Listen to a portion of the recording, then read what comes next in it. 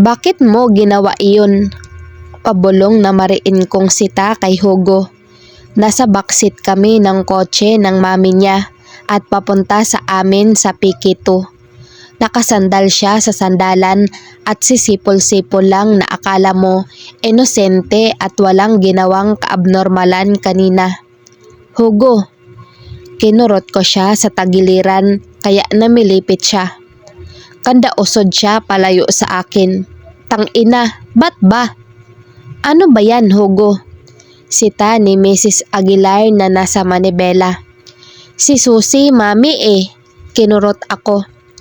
Huwag ka kasing maharot, pati si Susie ay binobisit mo. Siya pa ang napagalitan ni Mrs. Aguilar. Pasimple kong binilatan si Hugo. Mabuti nga sa kanya. Napaka mo, dinuro niya ako. Pasalamat ka pa nga, binati ko ng happy birthday, yung expect mo Anong expect ka riyan? O, diba aso mo dati iyon? Sunod ng sunod sa'yo iyon Siraulo ka talaga, mariin kong bulong. Siraulo talaga si Hugo. Nananahimik si Arkanghel at wala namang ginagawa sa kanya pero pinag-iinitan niya na naman. Mami, ito tutor daw ako ni Susie. Payag ka? Why not, son? Baka sakaling makagraduate ka kahit puro palakol ang grades mo. Nilingon ako ni Mrs. Aguilar. Talaga ba, Susie? Po? Napakurap ako. Wala naman akong sinasabi na itututor ko si Hugo. Oo nga, mami. Nakangising inakbayan ako ni Hugo. Siniko ko naman siya kaagad. Mami, feeling mo ba madadala ako nito sa tamang landas? Nakangiti si Mrs. Aguilar nang tingnan kami sa rearview mirror. Wala akong doubt kay Susie. Sa'yo, Hugo Emmanuel, meron. Sa bahay namin ay todo asikaso si Tatay Bear kina Hugo at Mrs. Aguilar. Tuwang-tuwa siya nang makitang hinatid ako ng mag-ina. Abat binata na pala itong si Hugo mo, Norma Ay oo, Andres. Nakangiti na ininom ni Mrs. Aguilar ang coke na nasa baso. 1.5 coke at Spanish bread lang ang naipamerienda namin sa kanila dahil biglaan ang pagdalaw nila. Ako pa nga ang bumili ng tinapay at coke sa bakery. Sumama pala si Hugo sa pagbili. Maraming salamat, Norma. Maluha-luha si Tatay Bear nang malamang ang dahilan ng pagpunta ni Hugo ngayon dito sa amin ay tungkol sa scholarship ko. Sus, deserving ang anak mo sa scholarship, Andres. Masaya kami ng asawa ko na ibigay sa kanya ang scholarship para sa pagka-college niya. Salamat talaga. Hulog kayong mag-asawa ng langit. Hindi matapos-tapos ang pasasalamat ni Tatay Bear. May mga tao pa rin talaga na mabubuti at gagawa ng mabuti. Nakangiti rin ako. Hindi mabura ang ngiti ko dahil sa magandang balita. Hindi ko na kailangang pumila at makipagsapalaran sa pag-apply ng scholarship sa munisipyo dahil scholarship na mismo ang lumapit sa akin. Hindi lang basta scholarship kundi magandang scholarship. Sa tulong ng company ng daddy ni Hugo ay magiging madali na sa akin ang makapag-college next year. Plus may matatanggap pa raw akong 5,000 pesos allowance monthly. Sa palagay ko ay mapagkakasya ko ang allowance para sa gastusin sa school at makakapag-sideline pa ako para pandagdag sa pangangailangan namin ni Tatay Bear. At kung suswertehin, makakaipon pa ako kahit paano. Nagwintuhan pa ang mga magulang namin ni Hugo.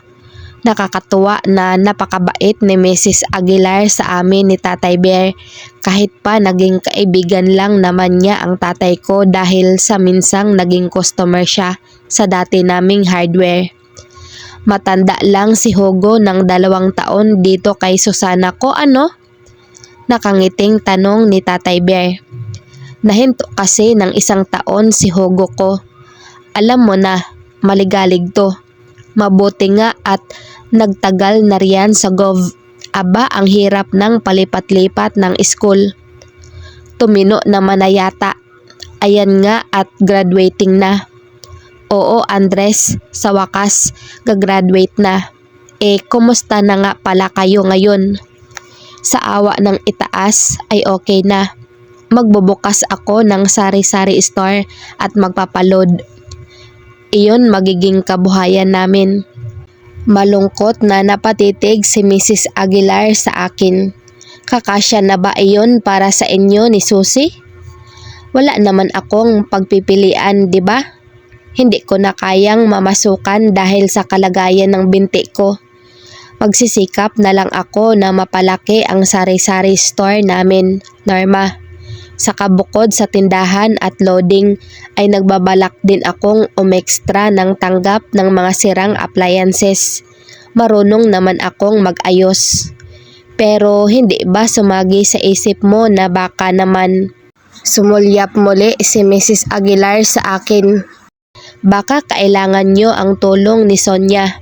Norma. Nagulat ako nang magtaas ng boses si Tatay Bear. Ngumisi si Mrs. Aguilar. Ang sa akin lang, hindi mo dapat sinusolo ang obligasyon. Anak niya rin si Susie. Karapatan ng bata na. Magagabi na. Sa tingin ko ay dapat umuwi na kayo ni Hugo.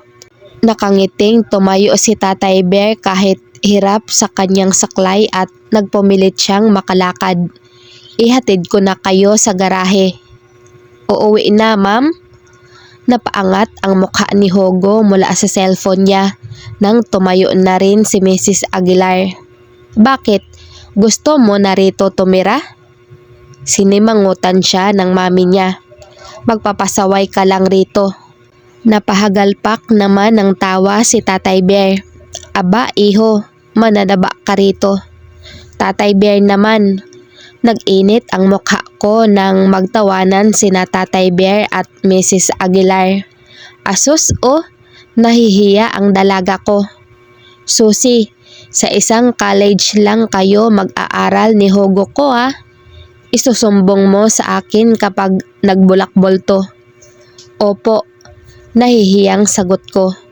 Pasimpleng inirapan ko naman si Hugo na ngayon ay masama ang tingin sa akin. Nang makaalis na sina Hugo at Mrs. Aguilar ay pumasok na si Tatay Bear sa ginawa niyang kwarto na nasa dulo lang ng sala namin. Hirap na kasi siyang umakyat baba sa hagdan kaya naman dito na lang siya sa first floor ng bahay namin natutulog. Napabuntong hininga ako habang nakatingin sa saradong pinto ng kwarto niya. Nagpapanggap lang ako kanina na hindi ko alam ang pinupunto ni Mrs. Aguilar. Pero alam ko na tungkol sa aking ina ang pinupuntahan ng usapan nila. Para sa amin ni Tatay Bear ay ulila na ako sa ina.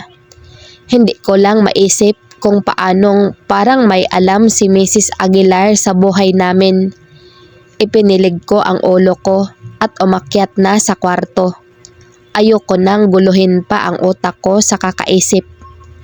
Nang nakahiga na ako sa kama ko ay hindi ko rin naman napigilan ang sarili ko na mag-isip. Hanggang sa makatulog ako sa oras na 11 p.m. ay iniisip ko pa rin kung naging masaya naman kaya ang birthday party ni Arcangel. Dumating at sinurprise nga kaya siya ng GF niya. Nakatulog ako na nagsisikip ang dibdib, kaya pagising ko kinabukasan ay masama ang aking pakiramdam. Sa kantin ay tahimik lang ako habang nakasunod kay Carlin. Kwento siya ng kwento pero hindi ko naiintindihan ang mga sinasabi niya dahil wala ako sa mood. Anong kakainin natin? Tanong niya sa akin. Saka ko lang narinig ang pagkalam ng tiyan ko. Biko, sandwich, fudgy bar saka juice sa akin. Girl, wala pang lunch. She was laughing. Nasa mood siya. Gutom ako Bakit ba? I pouted. Hindi ako nakapag-breakfast kanina dahil wala akong gana. Ngayon ko lang naramdaman ang gutom ko. Akala ko ba tagtipid na? Ngayon lang naman ako gagastos. Bukas, diet na ako. Tumingin-tingin ako ng chips sa tray dahil parang gusto ko rin pala ng chips. Diet? Kwento mo sa pader. Ayoko ngang makipagkwentuhan sa pader. Nang balikan ko si Carly ng tingin ay nakasimangot na siya. Sinundan ko ang tinitingnan niya at nakita ko si Vivi at Isaiah sa mesang malapit sa amin. Nawalan ako ng gana, girl. Tumalikod na si Carlin. Hindi ko na siya nahabol dahil sa bilis ng paglakad niya paalis. Hindi ko alam kung ano ang drama ni Carlin at nag-walk out siya. Pero gutom na talaga ako kaya bibili muna ako ng pagkain bago ko siya sundan. Naubos ko ang red chippy ko bago pa ako nakabili ng sandwich, fudgy bar at juice.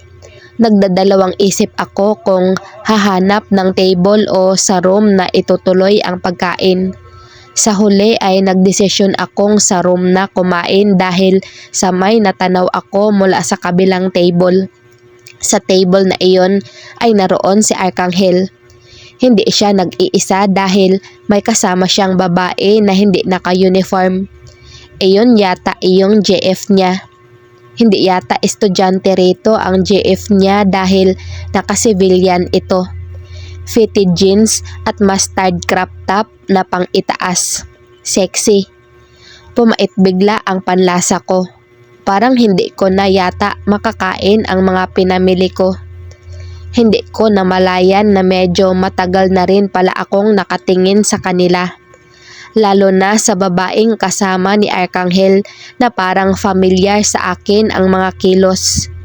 Nang humarap ito ay saka ko ito nakilala. Si Sandra pala.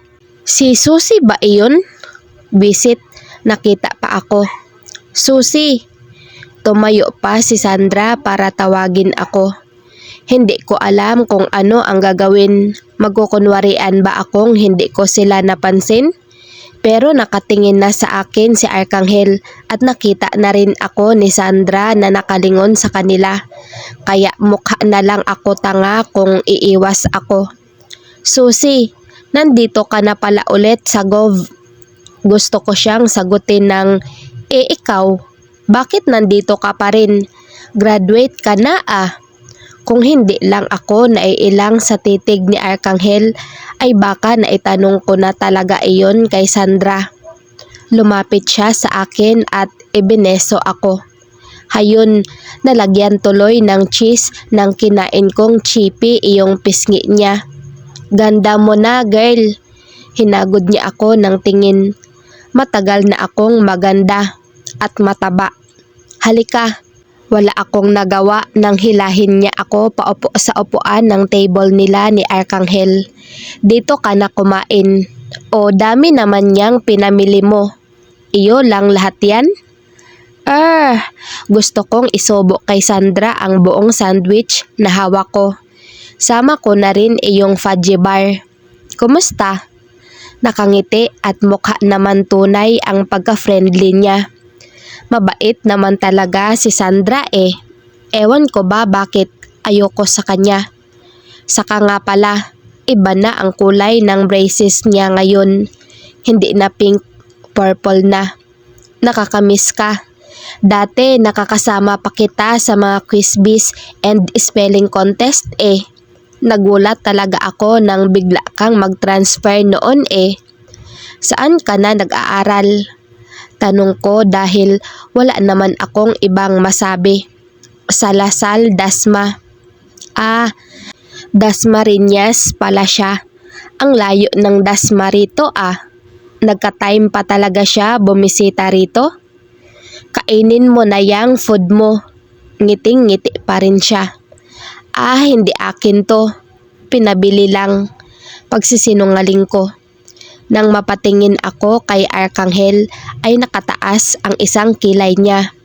Obviously ay hindi siya naniniwala na hindi akin tong mga pinamili ko. Paki ko ba kung hindi siya maniwala? Inabot ni Sandra ang kamay ni Arkanghel na nasa ibabaw ng mesa at hinaplos iyon. "Hey Arky, salita ka naman." "Arky? Bakit pala wala tong si Susie sa birthday mo kahapon? Di ba dati sabi mo sa akin mag-best friend kayo?" "Dati," mahinang sagot ko. Ako na ang sumagot. "Oh, exage," na react ni Sandra. "Ilang taon akong nawala." Kimi ang pagkakangiti ko. Sinisikap ko talagang magtunog normal. Kababalik ko lang dito sa Gov. "Oo nga, ang tagal mong nawala. Pero ano naman kung matagal kang nawala? Porket matagal, di na kayo magkaibigan ni Arky?" "Matagal na kasi." Pilit pa rin ang ngiti ko. Inakbayan ako ni Sandra. How are you na ba? Akala ko hindi ka na babalik dito sa Cavite eh." "Akala ko rin." Napayuko ako dahil biglang uminit ang tingin ni Arkanghel sa akin. "Sa bagay, walang mag-aasikaso ng business nyo rito," comment ni Sandra. "Wala na kaming business dito." Nakangiti pa rin ako pero sa ibang direksyon ako nakatingin. Naibenta na. Matagal na. Naaksidente kasi ang tatay ko sa Bulacan after ng sunod na pagkamatay ng tita at lolo ko. "Oh, naibenta lahat ng business nyo? What happened to your father? Gaano kalala at nabenta lahat?" "May, I'm sorry. Hindi ka kasi umuwi rito kaya hindi namin alam. Naaksidente. Naputula ng binti and nakoma ang tatay ko right after ng magkasunod na libing ng tita at lolo ko. Bata pa ako noon at magulo ang isip ko kung paano ko pagkakasyahin ang sarili ko. Walang mag-aasikaso ng businesses namin dahil hindi ko na kaya ang mga obligasyong naiwan sa akin. May sakit din kasi ang lola ko that time. Ako lahat ang umaasikaso sa lahat. Maski pag-aaral ko roon, napabayaan ko na. Sa tingin mo may time pa ako para umuwi rito? Pero okay naman na kami ngayon. Nakasurvive na kami. Magsisimula kami ng panibago." "Oh, what a strong girl you are." Niyakap ako ni Sandra. "I am so proud of you." Tinapik ko ang kamay ni Sandra. "Thanks." Tumayo na ako. "Sige ha, balik na ako sa room namin. Baka hinahanap na kasi ang mga pinabili sa akin." Hindi ko na hinintay sumagot si Sandra. Tumalikod na ako. Hindi na rin ako nag-abalang tingnan ang reaksyon ni Arkanghel. Sabi ko nga, di ba? Ang tagal na noon. Siguro talagang nagbabago ang mga tao sa paglipas ng panahon. Mabibilis ang mga lakad ko paalis kahit wala namang humahabol sa akin. Dumiretso ako sa CR at nagkulong sa cubicle na nasa dulo. Kaya pala gusto kong magmadaling umalis. Kaya pala dito ako dumiretso dahil ayokong may makakita sa nararamdaman ko. Sumandal ako sa pader at doon na dumaloy ang mga luha ko. Pigil ko ang paghikbi ko dahil baka may pumasok sa loob. Ayaw ko na may makaalam na nandito ako at umiiyak. Ayoko na may makarinig na nahihirapan ako. Nang pakiramdam ko ay kahit paano hindi na masikip ang dibdib ko ay saka lang ako lumabas ng cubicle. Naghilamos muna ako sa gripo saka inayos ang sarili ko. Gusto ko kasi na pagbalik ko sa room ay walang makakaalam na naging miserable ako ng ilang minuto rito sa banyo. Ayokong abalahin ang mga tao sa pag-iisip kung okay ba ako o hindi. Hindi nila ako cargo kaya hindi nila kailangang mag-alala para sa akin. Huminga muna ako ng malalim saka ngumiti bago hinawakan ang doorknob. Siguradong hinihintay na ako ni Carlin sa room. Oh shit! Napatigil ako nang may maalala. Iyong mga pagkaing pinamili ko. Naiwan ko pala sa table. Mabilis na lumabas ako ng banyo at ganoon na lang ang gulat ko nang makita si Arkanghel na nasa labas. Nakapamulsa siya at nakayuko habang nakasandal sa pader. Parang may hinihintay. Nanginginig ang mga tuhod na lalampasan ko na sana siya nang bigla naman siyang mag-angat ng paningin sa akin. Kahit naiilang at kinakabahan sa klase ng titig niya ay sinikap kong ngumiti. "Hi, anong ginagawa mo rito?" "Hintayin kita sa bench sa uwian." Putol niya sa pagsasalita ko saka siya umiwas ng tingin. "Ha?" Napaawang ang mga labi ko at hindi ko alam ang isasagot sa kanya. Bago siya tumalikod ay mahina siyang nagsalita. "May pag-uusapan tayo." Uwian na namin at hinihintay ko na lang si Kylene na matapos mag-retouch. Nahilig na kasi siya sa pagme-makeup ngayon. Parang nagkapalit na sila ni Vivi. Dati si Vivi iyong sobrang arte. Ngayon siya naman ang hindi mabuhay ng walang blush on, mascara, pangkilay at lip tint. Minsan nga may check eye at contact lenses pa siya. "Tara na nga, kain tayo fishball sa labas?" Tanong niya habang ibinabalik sa bag ang kikay pouch na tadtad ng glitters. "Busog nga ako eh. Ikaw na lang. Una ka na." Tumayo na ako. "Una ka na, Kar."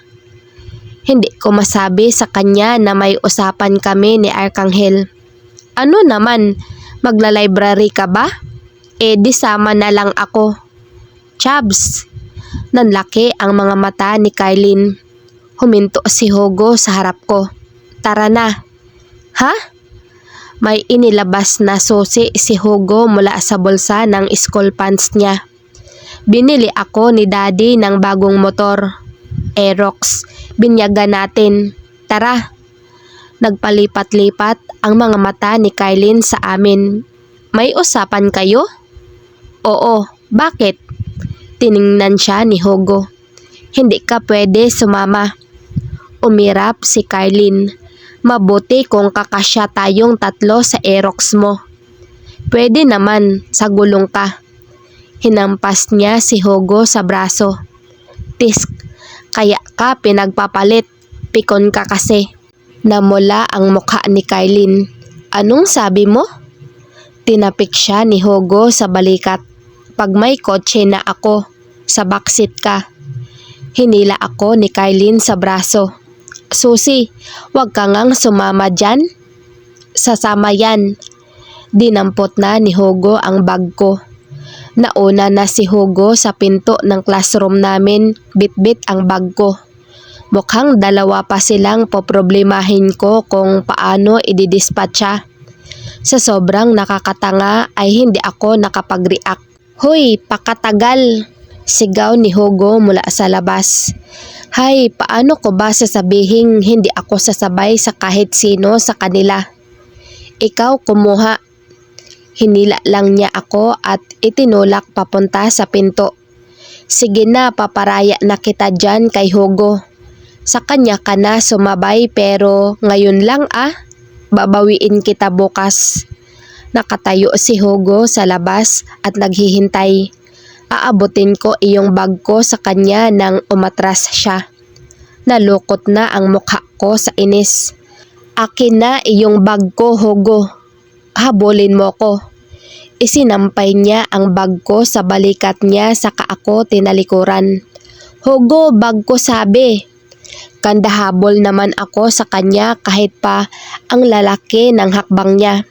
"Habol, bisit ka. Bilis-bilis kasi. Susumbong kita sa mama mo." "Samahan pa kita." Pagdating namin sa quadrangle ay humihingal na ako.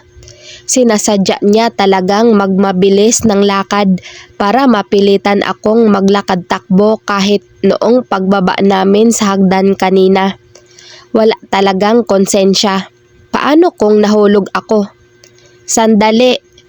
Huminto ako at humawak sa dibdib ko na kunwari namimilipit. Nilingon niya ako nang nakataas ang isang kilay. Tara na, papabuhat ka pa yata eh, di naman kita kaya. Hinihingal ako kakasunod sa'yo. Nagbago ang reaksyon niya. Okay ka lang?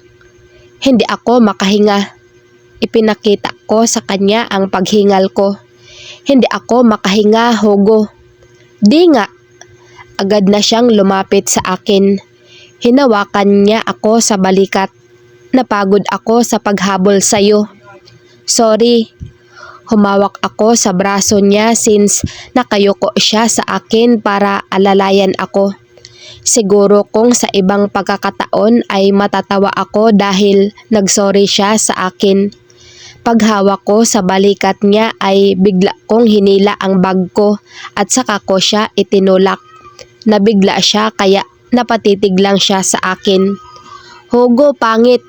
Pagkakuha ng bag ko ay mabilis akong lumayo sa kanya at nanakbo. Hindi ko ugaling magsinungaling. Nahihirapan ako pero ang dali pala kapag kay Hugo. Nang makabawi ay gigil na sumigaw siya. Hoy, scammer! Mas scammer ka. Huwag kang papatalo. Susumbong kita sa tatay mo. Samahan pa kita.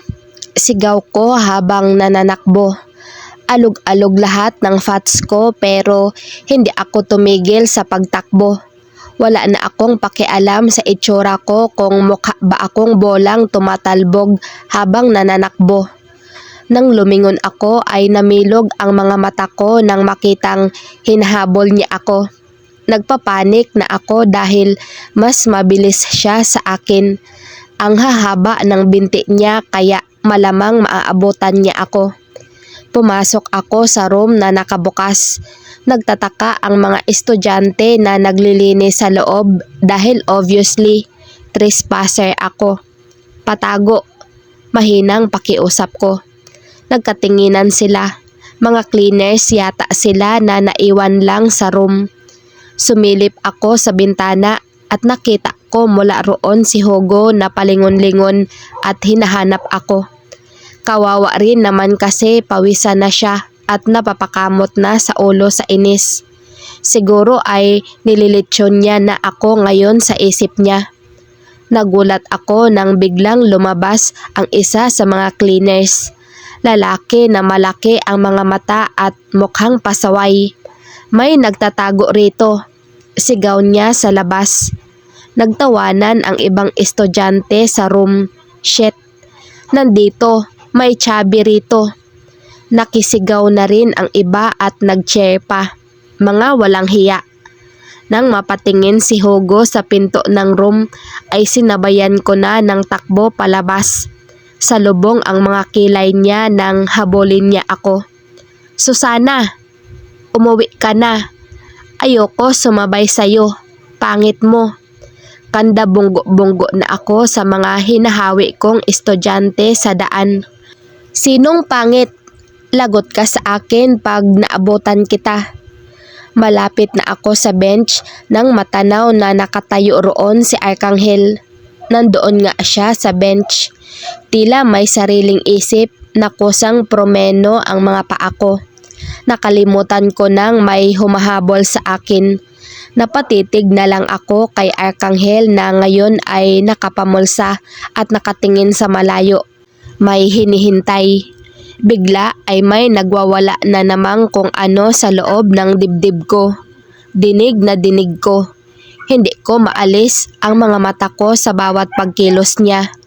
Kahit ang simpleng pagtaas ng kamay niya at paghaplos ng mahahaba niyang daliri sa kanyang buhok ay pinagmasdan ko. Maging sa pagkamot niya ng kaliwa niyang kilay ay nakasunod ako. Arkanghel. Siya ang dahilan kaya hindi ako nakapag-concentrate sa klase kanina. Iniisip ko siya. Ano ba iyong sinabi niya na pag-uusapan namin? Wala nang ibang estudyante sa paligid pero hindi ko pa rin alam ang gagawin ko. Nahihiya akong lapitan siya. Hindi na kasi siya iyong katulad ng dati na approachable. Mukha na siyang suplado ngayon. Siguro ganoon talaga kapag sobrang gwapo. nagmumukhang suplado. Lalapitan ko na ba siya?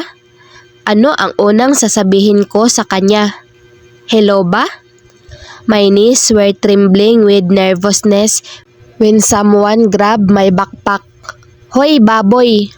Ano ba? Inis akong lumingon. Nasa likod ko si Hugo at gigil na nakatingin sa akin. Ikaw pa galit na baboy ka ha? Ako na nga dyan ang pinagod mo. Huwag kang maingay. Kulang na lang ay sungal-ngalin ko siya. Marami pang rant si Hugo nang biglang matigilan. Napatingin kasi siya sa tinitingnan ko kanina at agad na nagsalubong ang mga kilay niya. Hugo, anas ko. Binitiwan niya na kasi iyong backpack ko. Namulsa siya sa suot na school pants at tumingin sa akin. Wala na iyong nakakaloko niyang ngisi saka iyong gigil niyang reaksyon kani-kanina lang.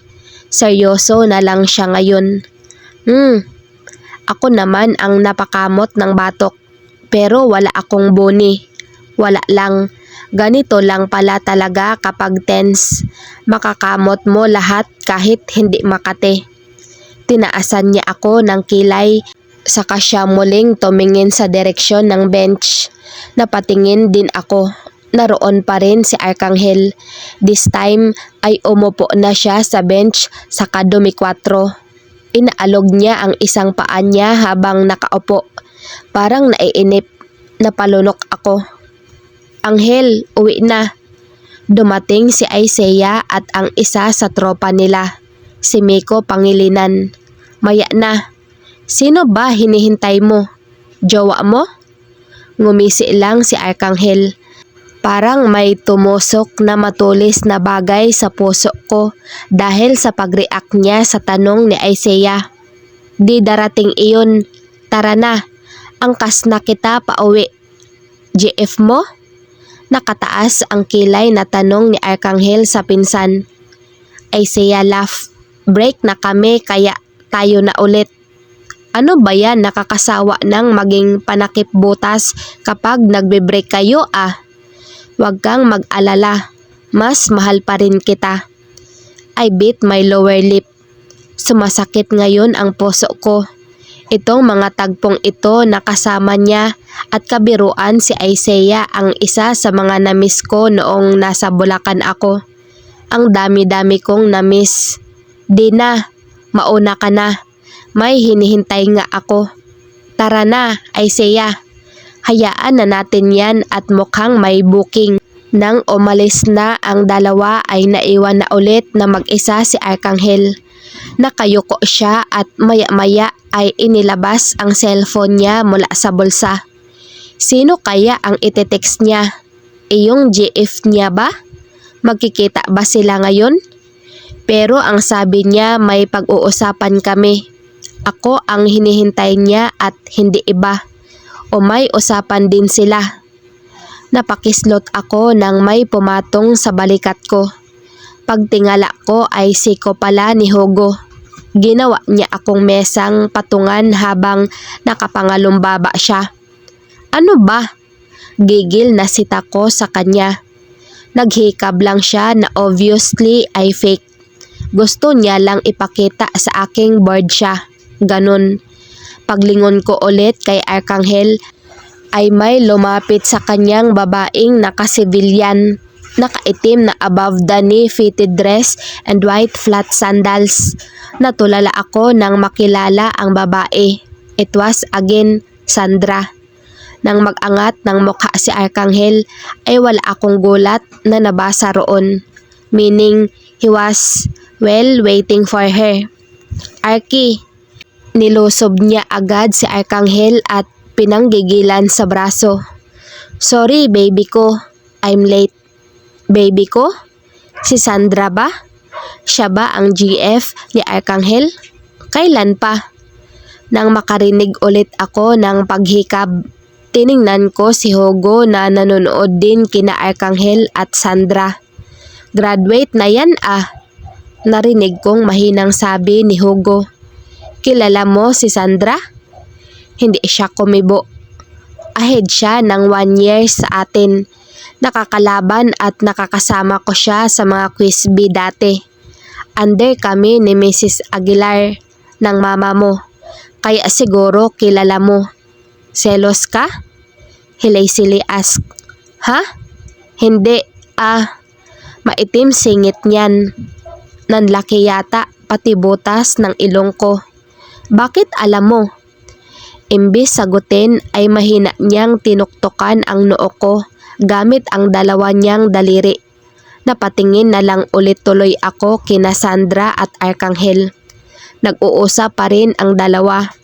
Hindi ko na alam ang pinag-uusapan nila dahil hindi na kasing lakas ang boses nila gaya kanina.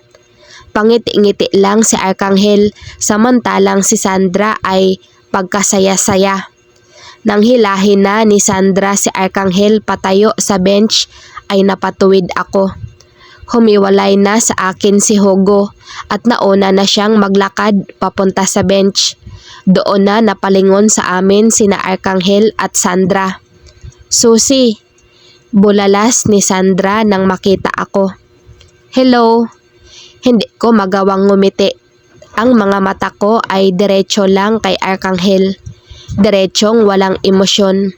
O ewan ko kung nababasa niya ba sa mga tingin ko na galit ako ngayon. Nakakatawa lang dahil wala naman akong karapatan pero ito at nagagalit ako. Nagagalit ako dahil magkasama sila ni Sandra. Mag-uusap kami ngayon, 'di ba? Pero bakit nandito si Sandra? Si Sandra naman yata talaga ang hinihintay niya rito sa bench at hindi naman talaga ako. Susi, nahinto sa paglapit sa akin si Sandra. Parang bigla siyang nailang. Siguro kasi hindi ako nakangiti. Sandra, graduate ka na ah. Anong ginagawa mo rito? Nakakaloko ang boses ni Hugo. Lalong nailang si Sandra. May kasama ka pala, Susi. BF mo? Si Arkanghel ay seryosong nakatingin lang rin sa akin. Pareho kaming hindi nagsasalita. Binalikan ni Sandra si Arkanghel at kinapitan sa braso. Arky, let's go na. I'm starving na. Nginitian niya ako. Susi, una na kami ah. Hindi pa rin ako nagsasalita. Arky, let's go na. Hinihila na ni Sandra si Arkanghel pero hindi tumitinag sa pagkakatayo ang lalaki. Let's go, Susi. Naramdaman ko ang paghawak ni Hugo sa pulso ko. Katulad ni Arkanghel ay hindi ako tumitinag maski ang mga mata ko na nakatingin sa kanya ay hindi bumibitiw. Arky, nagtataka na si Sandra dahil wala pa rin siyang kakilos-kilos. Susi, mahina pero matigas na tawag ni Hugo sa akin. Arky, you okay? I said let's go. Still no response from Arkanghel. Nilingunin si Sandra ay hindi niya ginawa. Napatingin na sa akin si Sandra. May problema ba? Hugo frustratedly ran his fingers through his hair. Arky, Susi, nag-away ba kayo? Sandra gave us a worried look. Come on guys. Wala pa ring imik si Arkanghel. Nakatitig lang siya sa akin at hindi nagsasalita. Bakit hindi niya sagutin ang GF niya? Bakit pinaghihintay niya?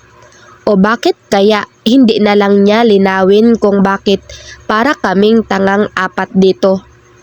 Kumuyom ang mga kamao ko nang bigla siyang yakapin ni Sandra sa bewang. Gis, Arky, I'm starving. May ulcer ako.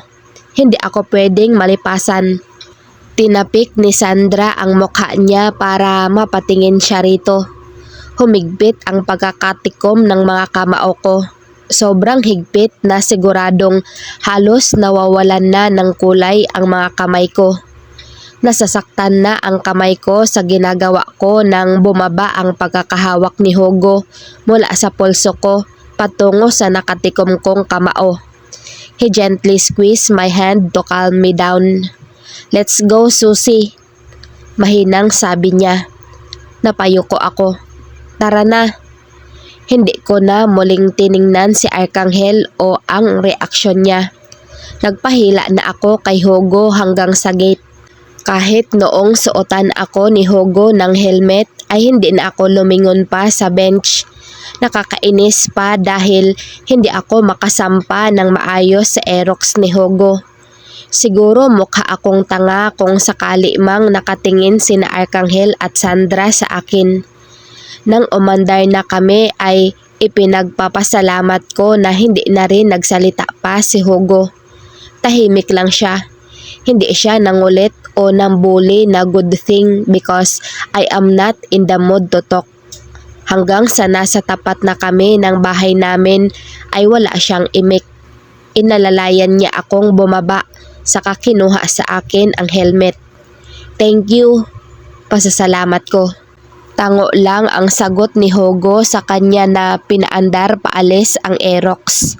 Malungkot na pumasok na ako sa bahay hanggang sa mag 7 PM at makaluto ako ng ulam namin, ginataang kalabasa na may giniling. Tahimik lang ako. Hindi naman nag-uusisa si Tatay Bear dahil busy siya sa pag-aayos ng sira at luma naming DVD player. Nasa itaas ako at gumagawa ng homework nang sumigaw siya. Anak, baba ka muna. May bisita ka. Bisita? Wala akong inaasahan. Unless naisipan ni Kylene na dalawin ako. Gustong gusto na kasi nung makita ang pamumuhay namin ni Tatay Bear ngayon. Nagpalit ako ng damit. Pink na loose shirt ang isinuot ko at black na dolphin shorts. Inilugay ko lang ang buhok ko at hindi na ako nag-abalang magsuklay. Nang tingnan ko ang sarili ko sa salamin ay napailing na lang ako nang makitang bilog na bilog ang mga hita ko. Hay, ang laman oh. Mabuti na lang kahit bilog, makinis. Mga ganitong pampalubag loob na lang ang nagpapasaya sa akin. Tamad na lumabas ako ng kwarto. Pababa na, Tatay Bear. Sino ba raw yan? Matagal bago sumagot si Tatay Bear. Nasa gitna na ako ng hagdan nang marinig ko ang boses niya. Arkanghel daw. Muntik na akong madulas lalo pa nang mapatingin ako sa sala. Ay nakita ko nga si Arkanghel na nakatayo roon. Good evening, Susie. Casual na pagbati niya. He's wearing a plain white t-shirt and a brown dry fit mesh shorts. Hawak niya sa kaliwang kamay ang hinubad na black na cap. Literal na napanganga ako sa kanya. Susie, dito mo na pakainin yang bisita mo at hapunan na rin naman na. Nilingon ni Tatay Bear si Arkanghel. Nakain ka ba ng gulay, Tutoy? Opo, salamat po. Magalang na sagot niya. Ayos, dito ka na kumain. Sininyasan ako ni Tatay Bear. Iwan ko muna kayo. Magbabanyo lang ako. Nang maiwan kaming dalawa ni Arkanghel sa sala, ay basa na ang kilikili ko sa kaba. Anong ginagawa niya rito? Bakit nandito siya? At bakit dito pa siya sa amin kakain ng hapunan? 2 takal pa lang naman iyong sinaing ko. Kasya ba iyon sa amin? Bakit ka nandito? Nauutal na tanong ko. Hindi ko na marinig ang paligid dahil nabibingi na ako sa lakas ng kabog ng dibdib ko. Imbis na sagutin ang tanong ko ay naupo siya sa sofa namin. Arkanghel, tiningala niya ako at nasalo ko ang kulay abo at walang kaimo-emosyong mga mata niya. Magkwento ka. Ha? Magkwento ka. Pinagpag niya ang space sa tabi niya na sinasabing umupo ako roon. Ikwento mo lahat. Wala kang ititira. Makikinig ako. At pagkatapos, ako naman ang magsasalita. Ayaw mo talaga magsalita? Napayuko ako. Katabi ko lang siya sa sofa at hindi ko alam kung nasaan iyong dila ko. I mean, iyong tapang ko pala. Wala akong masabi sa kanya ni isa. Ang daming tumatakbo sa isip ko na hindi ko naman maisaboses. Nakakainis. Sino ba naman kasi ang makakapagkwento sa ganito? Hello, ang awkward. Hindi naman na kami close na katulad noon. Marami nang nagbago. Hindi ko kayang magkwento sa kanya na parang kahapon lang kami huling nagkakwentuhan. Isa pa, may atraso ako sa kanya dahil ginost ko siya. VBF, ghosting. Mataba lang ako pero hindi makapal ang mukha ko. Tisk, dinig kong palatak niya. Sorry, mahinang sabi ko. Kalimutan na lang natin iyon. Hindi naman importante. Parang tanga to oh. Ha? Anong sabi niya? Tinawag akong tanga? Napalingon ako bigla sa kanya. Sinong tanga? Sabi ko parang, pero sinabi mo na ring tanga ako. Hindi ko alam bakit gigil ako sa sinabi niya. Sobrang sensitive ko na talaga mula noong tumira ako sa Bulacan. Tanga ba sinabi ko? Tumaas ang isang kilay niya, pero nasa mga labi niya naglalaro ang isang pilyong ngisi. Oo, narinig ko. Wala kaya kung sinabing tanga. Sabi ko, taba. Nanlaki ang mga mata ko. Mas malala pa pala. At least, sabi ko parang taba. Ibig sabihin parang lang, di pa sure. Oh, di ka pa ba happy nun? Hindi niya na natapos ang sinasabi niya dahil para akong sinaniban bigla. Sinabunutan ko siya. Napakasalbahe mo pa rin hanggang ngayon. Di ka pa rin pala nagbabago. Akala ko matured ka na. Akala ko wala na iyong dati kong kilalang makulit at maligalig. Aray! Hoy, buhok ko! Panay ang sabunot at hampas ko sa kanya. Hinihila ko rin ang t-shirt niya. Nang makuha ko ang sombrero niya, pinaghahampas ko iyon sa kanya. Tinatanggap niya ang lahat ng atake ko. Hindi naman ganoon kalakas pero masakit pa rin. Salbahe ka pa rin, Arkanghel. Baka di mo alam kung gaano ko tiniis na wag kang i-chat kahit gustong gusto ko. Tiniis ko lang lahat ng urge na kausapin ka dahil ayoko na sanang maalala ka.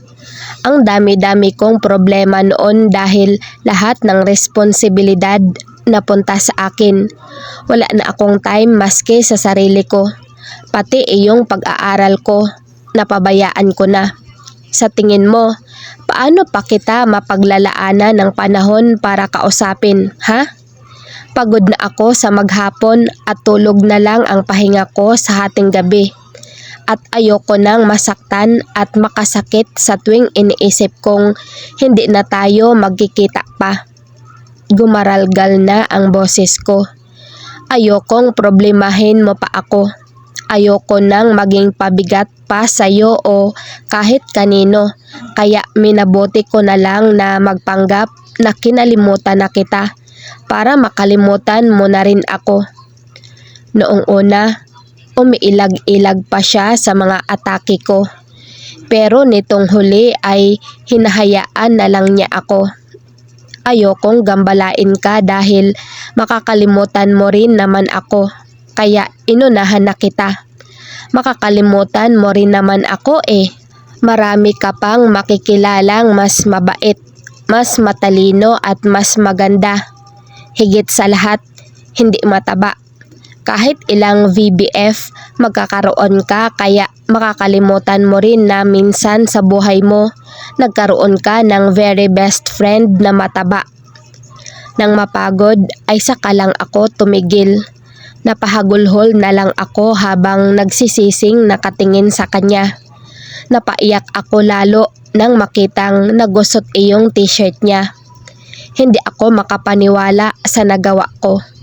Hindi naman ako bayolenteng tao. Ngayon lang ang unang beses na nagkaganito ako. Para akong biglang nasiraan ng bait. Para akong bulkan na biglang sumabog. Sa unang pagkakataon, Lahat ng kinikimkim ko ng matagal ay biglang lumabas. Kay Arkanghel ko lahat na ilabas. Nakayuko lang si Arkanghel habang inaayos ng mga daliri ang buhok niyang nagmukha ng pugad ng ibon sa gulo. Sorry. Nagpahid ako ng luha at hinila siya sa manggas ng suot niyang t-shirt. Nakayuko pa rin siya. Sorry, Arkanghel. Nang tumingin siya sa akin ay malamlam at namumula ang mga mata niya. Parang may gusto siyang sabihin na hindi niya masabi. Tubig gusto mo? Mahinang tanong ko. Tumango siya. Tumayo ako dumiretso sa lababo. Naghilamos ako ng mabilis dahil baka sa paglabas ni Tatay Bear ng banyo ay magtaka siya kung bakit mukha akong miserable. Kinuhanan ko rin ng tubig sa Arkanghel bago ko siya binalikan sa sala. Pagbalik ko ay naayos niya na ang buhok niya na sinabunutan ko kanina. Iyong damit niya ay maayos na rin, ang kaso ay medyo gusot pa rin. Inabot ko sa kanya ang baso ng tubig. Thanks, mahinang sabi niya. O tara, kain na. Boses ni Tatay Bear mula sa kusina. Hay nako, sakit ng tiyan ko sa avocado. Okay ka lang, Tatay Bear? Uminom ka na ba ng gamot sa LBM? Kanina pa kasi niya inirereklamo ang kanyang tiyan. Paano ba naman ay ginawa niyang breakfast, lunch, and merienda ang avocado na tadtad ng condensed milk? May kapitbahay kasi kaming nagbigay ng isang plangganang avocado sa amin kagabi. Nakainom na. Nag-alkohol siya ng kamay sa alkohol na nasa lababo, saka siya dumulog sa mesa. Saka ano ba iyong narinig ko kanina habang nasa banyo ako? Nagharutan ba kayong dalawa? Nakakunot ang noo na nagpalipat-lipat siya ng tingin sa amin ni Arkanghel. Hindi po, Tatay Bear. Mabilis na tanggi ko. Nakakahiya man pero ako lang iyong nangharot kanina. Kayo ha? Kahit pa nagbibinata at nagdadalaga na kayo, maghinay-hinay pa rin kayo. Wala pa rin kayo sa hustong gulang. Saka hindi maganda tingnan na naghaharutan ang babae at lalaki. Masakit sa mata. Maging magandang halimbawa kayo sa mas nakababata sa inyo. Tatay Bear, hindi naman po kami ganoon. Yukong-yuko na ako sa hiya. Kumain na nga po tayo. O siya, tara na't kumain. Ako naman ay may tiwala sa iyo, Susana. Ito namang si Tutoy. Tutuliin ko to ulit kapag nalaman kong dinidiskartihan ka. Nang silipin ko ang mukha ni Arkanghel ay mukhang natakot siya sa sinabi ni Tatay Bear. Tutoy, nagbibiro lang ako ha? Baka seryosohin mo. Pero pwede namang seryosohin. Free will mo yan. Ang sa akin lang ha? Itong si Susana ko ay ayaw ko munang mag-boyfriend dahil ni hindi pa nga ito graduate ng senior high. Tatay Bear, Susana, magsandok ka ng kanin. Sumunod ako para makakain na kami at magtigil na siya sa pananakot kay Arkanghel. Sinandukan ko sila. Naglagay na rin ako ng ulam sa plato ko. Aba anak, di ka magkakanin? Namimilog ang mga mata ni Tatay Bear sa akin. Napanguso ako. Hindi po. Akala ko ay pipilitin ako ni Tatay Bear na magkanin dahil ayaw na ayaw niyang nagpapagutom ako. Ang kaso ay iba ang sinabi niya. Abay, dapat lang. Isang balot ng tasty bread ang kinain mo kaninang merienda. Tapos naubos mo iyong isang jar ng peanut butter. Pang isang linggong stocks pa naman sana natin iyon. Napangiwi ako. Ilang kahihiyan pa kaya ang aabotin ko ngayong gabi? O siya, kumain ka pa rin kahit ilang kutsarang kanin. Biglang sabi ni Tatay Bear. Hay, di niya talaga ako matiis, kaya ako lalong lumolobo eh. Ayoko po. Nakalabing iwas ko. Naku, Totoy, sandukan mo nga iyang unikaiha ko. Mamayang gabi, magrereklamo yan pag nagutom. Inabot naman ni Arkanghel ang bandihado ng kanin at sumandok para ilagay sa plato ko. Di nga ako magkakanin. Bubulong-bulong na lang ako. Nang maubos ang kanin sa plato ko ay sumandok ulit ako. Sila naman ang namilit Kaya sige na nga. Habang kumakain ay kapansin-pansin ang sunod-sunod na subo ni Arkanghel. It was obvious na hindi niya type ang ulam namin. He just lied when he said that he liked vegetables. Ano Toy, masarap ba ang gulay? Opo, Mang Andres. Parang hindi na siya humihinga nang sagutin niya si Tatay Bear. I was mentally shaking my head while looking at him. Kung saksakin niya ng tinidor ang gulay ay parang gusto niya iyong durugin muna bago kainin. Ialok ko kaya sa kanya iyong blender namin. Aba Totoy, mukhang nasasarapan ka nga talaga. Parang hindi mo na nginunguya Ano bang paborito mong gulay?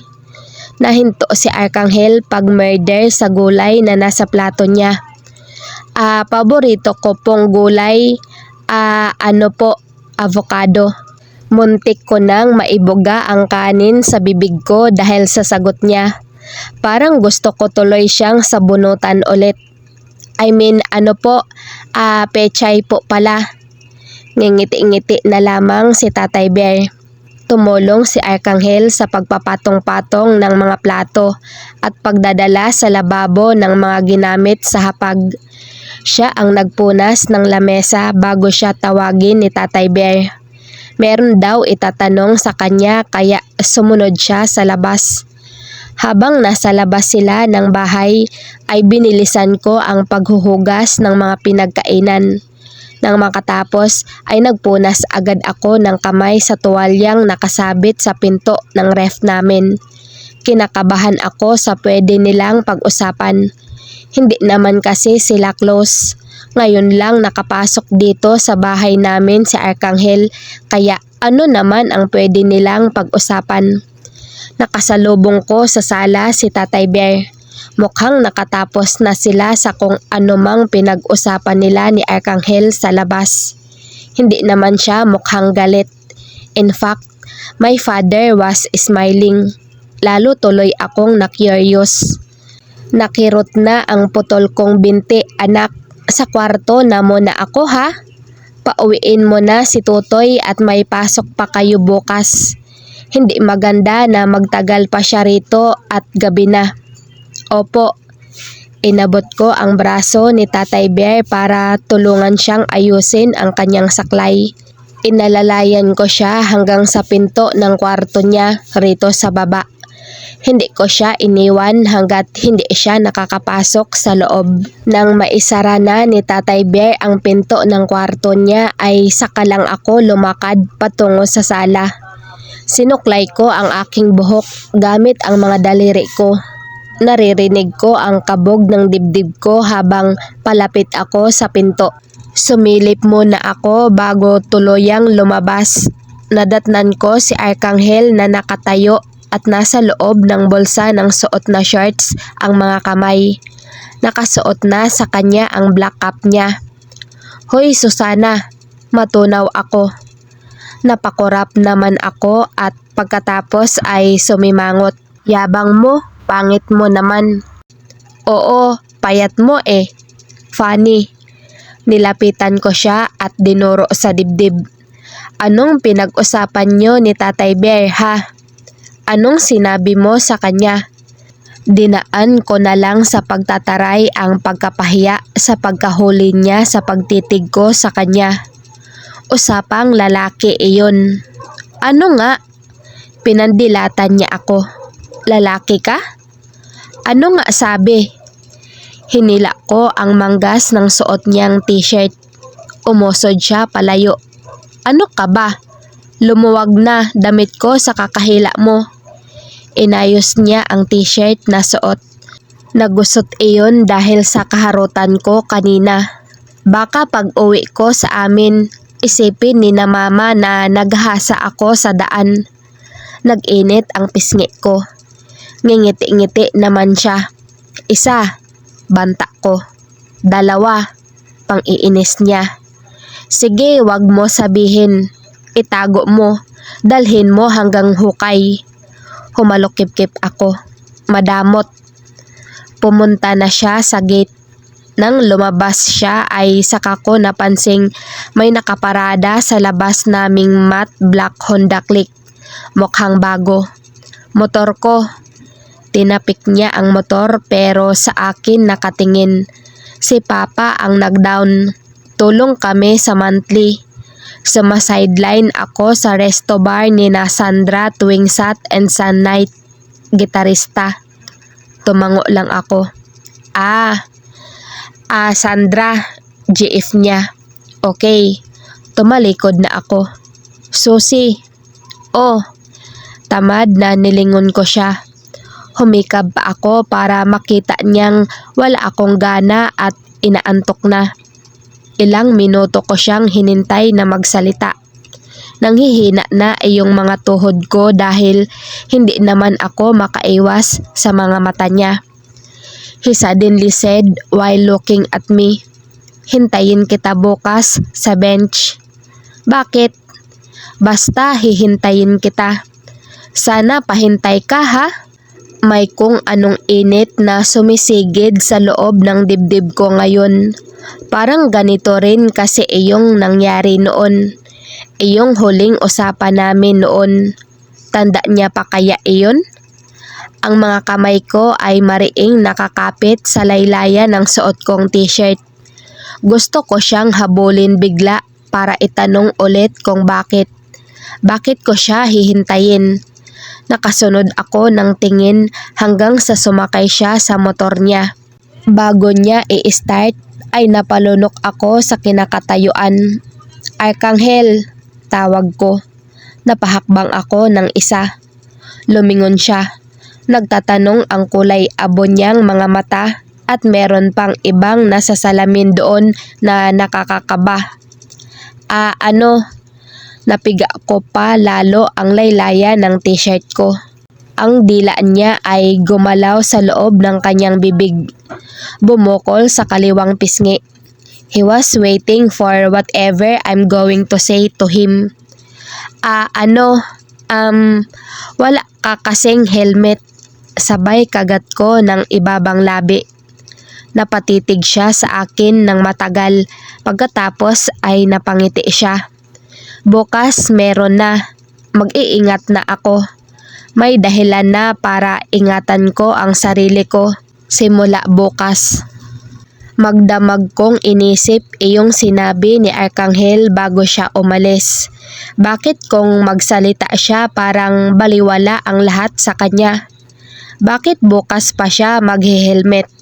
Bakit hindi niya ba iniingatan ang sarili niya noong mga nakaraan? Dahil sa pag-iisip, late ako kinabukasan. Nasa room na ang mga estudyante. Naglalakad pa lang ako papunta sa building ng grade 12. Sa second floor ang room ko at sa first floor ang kay Arkanghel. Walang ibang daan para makarating sa hagdan kundi ang dumaan sa room niya. Walang takas. Hindi ko magawang kumalma sa panloob kahit sa panlabas ay kalmado ako. I was in my poker face nang dumaraan na ako sa room ni Arkanghel. Nagkaklase na sila which was good dahil nasa front ang atensyon ng lahat. Walang titingin sa bintana. Alcaraz. Muntik na akong matalisod. Alcaraz, is that you? Lumabas ng room ang first subject teacher nila na si Mrs. Herrera. Ikaw nga, dito ka na pala talaga ulit. Opo ma'am, hindi ko alam kung paano magpapaalam sa kanya. Nakakailang kasi dahil iyong isa niyang estudyante sa loob ay halos mabalian na ng leeg kakatingin sa akin. Pinapagawa ko ng sariling tula ang mga estudyante ko. Lumingon siya sa room. Ikaw, bakit ka nasa labas? Late po ako. Nahihiyang sagot ko. Bago yan.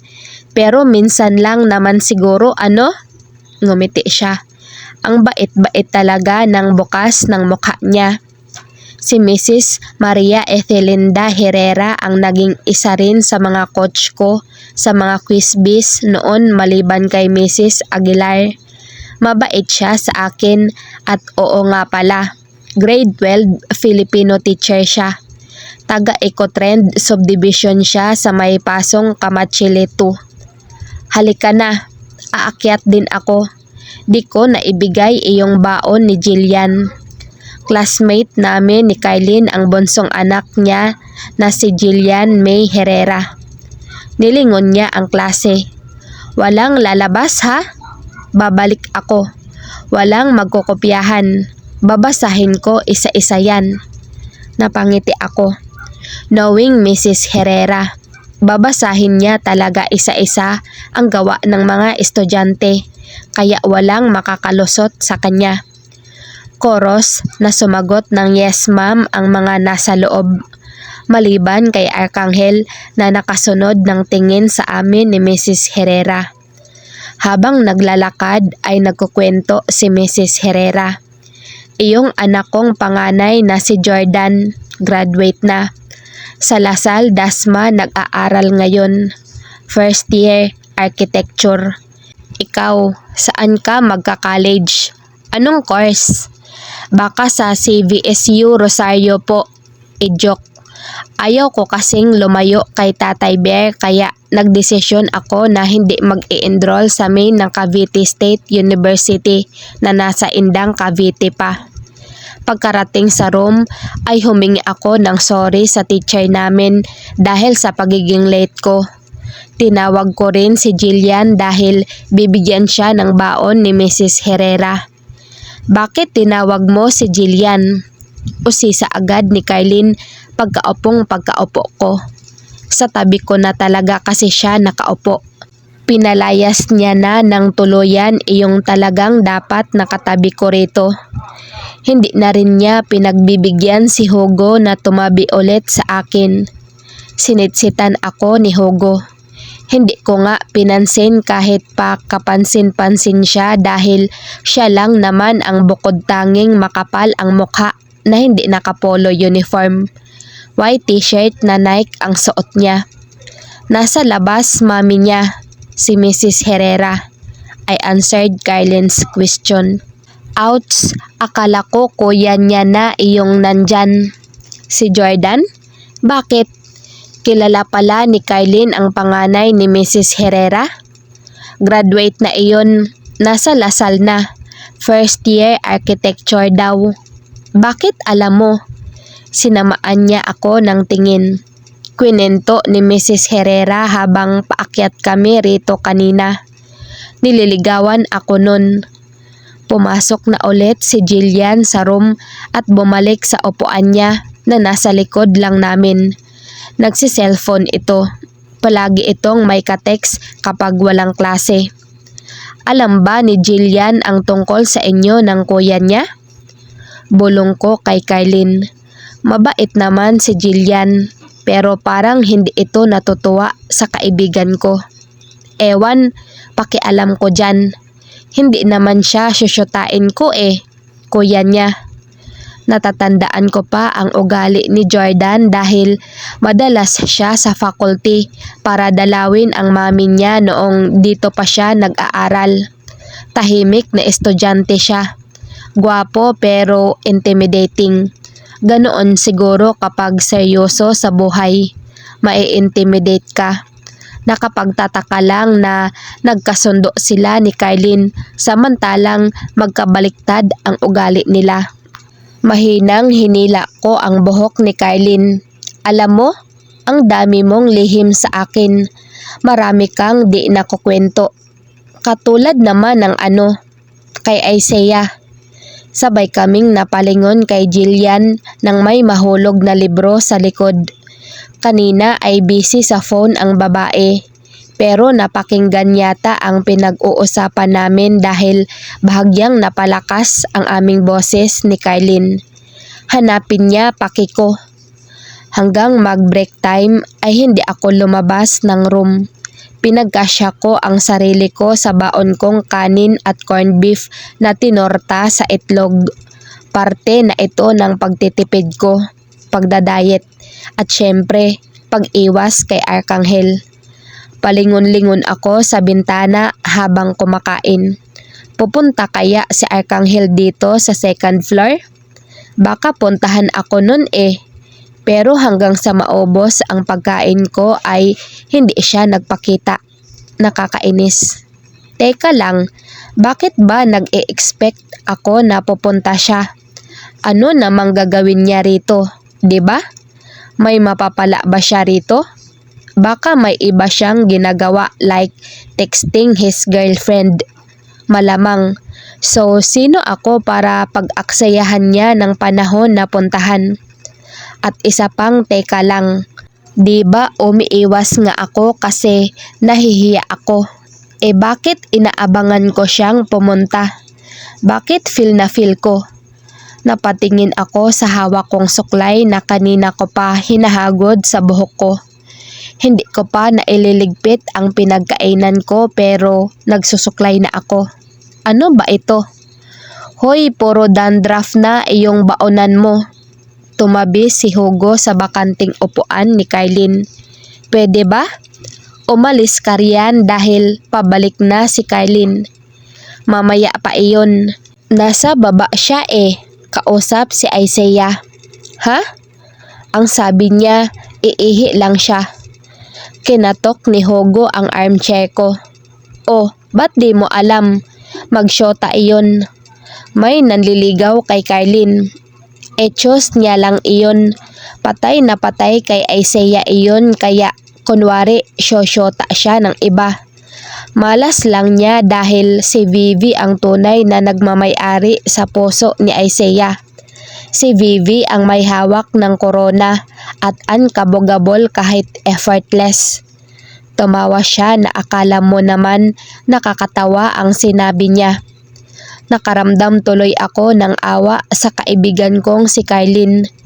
Hindi ko alam kung ano ang mga nangyari sa kanya noong mga panahong nasa Bulacan ako. Tinalikuran ko siya sa mga panahong kailangan niya ng best friend. Tingnan mo si Vivi. Gaganyan-ganyan lang yan pero kung habulin ni Isaiah yan, akala mo gawa sa ginto. Napatingin naman ako sa gawi ng upuan ni Vivian Chanel. Busy si Vivi sa pagtataktak ng solusyon sa mata niyang may suot na contact lenses. Mukha namang wala siyang pakialam sa mundo. Hindi ko rin nakikita sa kanya na may care siya kay Isaiah. Nakatingin na lang sa akin si Hugo. Hindi na siya nagsasalita. Baka nalunok ang dila. Sana nga. Umayos ako sa pagkakaupo. Napapaisip din ako sa sinabi ko. Possible nga ba iyong nararamdaman ko ay aso mo? Tamad na sabi ni Hugo. Ha? Mabilis akong napalingon sa bintana. Padaan si Arkanghel sa harap ng room namin. Todo bali na ang liig ko kakasilip dahil pag nadadaan siya sa mga nakatambay na estudyante ay natatakpan siya. Hinihintay ko siyang tumingin dito. Hinihintay ko siyang lumingon. Pag hindi iyan lumingon, akin ka na. Sira ulo. Sinabunutan ko si Hugo. Kumakabog ang dibdib ko dahil palampas na si Arkanghel sa room namin. Hindi pa rin siya lumilingon. Nafo-frustrate na ako. Ge, pag lumingon yan, ibig sabihin supot pa yan. Hugo, visit ka. Binalingan ko siya para kurutin sa braso. Todo ilag naman siya habang natatawa kaya nagtaka ako nang biglang nagbago ang reaksyon niya. Nagdilim ang mukha niya habang nakatingin siya sa labas ng bintana. Nanalim din ang mga mata niya. Ha? Napabalik ang tingin ko sa labas. Pero wala na si Arkanghel. Hindi ko na siya nakikita. Nakalampas na siya. Lumingon ba siya? Malungkot na sabi ko. Nang tingnan ko si Hugo ay madilim pa rin ang mukha niya. Salubong na salubong ang mga kilay niya. Hindi siya lumingon kaya magluksa ka riyan. Pagkasabi ay padabog na tumayo na siya at iniwan niya na ako. Anong problema ni Hugo? Si Arkanghel? Hindi ba talaga siya lumingon? Malungkot na bumagsak ang balikat ko. Mukhang magluluksa nga ako. Nang uwian ay nagmamadali si Kylene na umalis. Hindi siya sasabay sa akin kung kailan gusto ko pa naman nasabay kami. Ang sabi niya, nasa labas na raw ang sundo niya, si Jordan. At ngayon niya na raw sasagutin ang lalaki. Ang dami kong gustong itanong pa sana kay Kylene pero ayoko naman siyang pilitin na sumagot kung hindi pa niya feel na mag-open up sa akin. Hindi ko naman siya mapangaralan dahil syempre, buhay niya iyon. 18 na siya at alam naman na niya ang tama at mali. Binitbit ko na ang bag ko para lumabas ng room. Kanina pa nga dapat ako lalabas. Iyon nga lang ay kinakabahan ako. Hindi kasi pwedeng hindi ako dadaan sa bench. Baka nandoon na si Arkanghel at naghihintay sa akin. 'Di ba sabi niya, hihintayin nga raw niya ako roon? Paano kaya iyon? Kinakabahan, naiilang at na-excite ako. Pwede pala magsama-sama iyong mga pakiramdam na iyon? Chabs, tawag ni Hugo sa akin. Nasa labas siya at hawak ang cellphone niya. Number mo nga? Paglabas ko ng pinto ay sinalubong niya agad ako. Hugo, wala pa akong phone. Meron na akong phone. Iyong luma ni Kylene. Ibinigay niya sa akin. Ayaw ko lang ibigay kay Hugo ang number ko. Maligalig kasi siya eh. Accept mo ako sa FB. Huwag kang sinungaling dyan. Nakita kita kagabi naka-online ka. Mahina niyang pinitik ang noo ko. Nag-comment ka roon sa post ni LV. Gusto mo mag-reseller sa daing na bangos ng nanay niya. Si LV ay classmate namin na ang nanay ay nagtitinda ng daing na bangos sa palengke at sa Facebook. Oo na. Tinabig ko ang kamay niya. Siyempre gusto kong mag-sideline. Hindi naman ako katulad mong maraming pera. Sabay ka na sa akin para di ka na magastosan pamasahe. Be, hindi na naituloy ni Hugo ang sinasabi dahil mula sa kung saan ay may yumakap sa kanya. Maputing babae na nagmumura ang blush on at ang sharp na kilay. Anong grade naman kaya ito? Ano ba, Sheila? Kumawala siya sa babae. May lakad ako ngayon. Saang lakad? Sa kasino siya. Tiningnan ako noong Sheila na mayaman sa cosmetics. Sino siya, be? Don't tell me. Mahilig ka na ngayon sa chubby? She's Susie. Inis na sagot ni Hugo. Saka diba sabi ko, iti-text na lang kita? Bakit ba nandito ka? May lakad kami ni Susie. Nakatingin siya sa akin na parang humihingi ng saklolo. Lakad? Wala kaya? Be, sasama ako kung may lakad kayo. Wiksari natin ngayon eh. Tapos iba kasama mo?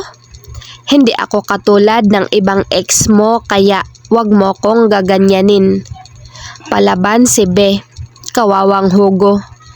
Mabilis ang mga lakad ko para hindi na makahabol pa si Hugo. Nakalampas ako ng room nila Arkanghel nang walang aberya kaya ang saya. Nang malapit na ako sa bench ay napakunot ang noo ko. Wala siya roon. Uwian na kanina pa. Bakit wala siya? Akala ko ba maghihintay siya? Baka dumating iyong girlfriend niyang si Sandra. Siyempre nga naman, uunahin niya iyon. GF niya iyon eh. Priority iyon. Ang bigat-bigat na ng mga hakbang ko habang naglalakad. Huli ka! Biglang may umakbay sa akin. Ano ba, Hugo? Inis kong tinabig ang braso niya at itinulak siya. Magrarant pa sana ako nang makitang hindi siya si Hugo. Si Arkanghel na salubong ang kilay. Nakagat ko ang ibaba kong labi dahil sa pagkapahiya. Lumakad siya papunta sa bench at pasalampak na naupo roon. Wala siyang dalang bag, ballpen lang na HBW ang nasa bulsa ng suot niyang polo. Balisa ako at hindi makapag-decide kung susundan siya sa bench o uuwi na. Naguguluhan din ako kung dapat ba akong mag-sorry dahil napagkamalan ko siyang si Hugo kanina. Baka naman kasi lumabas akong OA at defensive kung i-explain ko pa na napagkamalan ko siya. Dumaan ako sa room nyo kanina. Nakailang daan ako. Ni tumingin di mo ginawa. Ha? Dumaan pa siya ulit? Ilang ulit? So ano? Snub ka?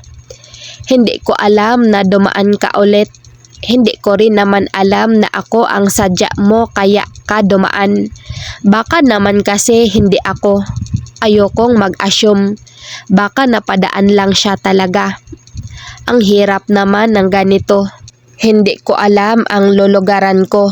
Frustrated na nagpakawala ako ng paghinga. Sige, uuwi na ako. Tinalikuran ko na siya. Ayokong maabutan pa kami ni Sandra kung sakaling susulpot na naman ang babaeng iyon dito. Ayokong maipit si Arkanghel sa amin. Pag umiiwas, may crush. Napabalik ako. Ano? Wala. Sumipol siya na parang baliwala. Tumigil siya sa pagsipol. Sa kanilabanan ang titig ko. Siyempre, talo ako. Nakakalunod kaya iyong titig niya. Nakakainis. Tumayo siya at lumapit. Akala ko ba okay na tayo? Napalunok ako bago nakasagot. Oo. Pero hindi na tayo VBF like before. Marami nang nagbago. Oh, okay naman na pala. Ngumiti siya matapos hagurin ng kamay ang buhok niya. Tara, fishball tayo. Baka magalit GF mo. Maliit ang boses na sabi ko. Parang ang hirap pangang pakawalan ng mga salita. Natigilan naman si Arkanghel. Napatitig siya sa mukha ko. Siguro bigla niyang naalala na may GF na nga siya. Naiilang na sumimpling iwas naman ako ng tingin. Di ba pangit naman iyong ganun? May GF ka tapos makikita kang may kasamang iba? Magselos pa iyon. Pilit kong pinasigla ang boses ko para magtunog na casual lang. Tara, kain tayo fishball. Nakangiti na siya nang magyaya ulit. Ini-ignore niya iyong sinasabi ko. Busog ako. Saka diet na ako. Saka may GF ka nga. Kaya pala nakatatlong balik ka sa kanin kagabi. Partida na iyong tindi ng merienda mo, isang balot daw ng tasty bread at napipikong napataas na ang boses ko. Arkanghel, may girlfriend ka. Wag mo akong kulitin dyan dahil hindi magandang tingnan ang ginagawa mo kahit pa walang mali siya sa'yo. Bigla siyang sumeryoso. Sinong nagsabing walang mali siya? Ano? Fishball nga tayo. Gusto mo may kikiam at quick-quick pa eh. Dagdagan mo pa ng palamig. Libre ko lahat basta hanggang 30 lang total. Iyon lang carry ng budget eh. Tumalim ang tingin ko. Bakit hindi na lang si Sandra ang yayain mo?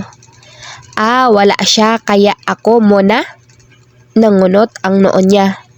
Sandra ka ng Sandra. Anong kinalaman ni Sandra sa fishball, kikiam, kwek-kwek at palamig? Napapadyak ako sa asar. Di ba siya GF mo? Sinong may sabi? Itinula ko siya sa dibdib at nilampasan. Ewan ko sa'yo. Iniwan ko siya. Iiwan ko siya kasi nakakainis siya. Sira ulo. Nakakainis siya talaga. Porket wala iyong tao, hahanap siya ng panakip butas sa food trip niya? Hindi niya ba alam na kahit simpleng food trip lang ay pwedeng makasakit ng damdamin? Ang sakit kaya para sa akin, I mean for Sandra. For your information, Susana Alcaraz, di ko GF si Sandra. Napahinto ako sa paglalakad. Wala akong GF. Hindi na nakagalaw pa ulit ang mga paa ko. Ano? Sasabi-sabi, naniniwala ka? Sa akin, hindi? Ganoon? Nilingon ko siya.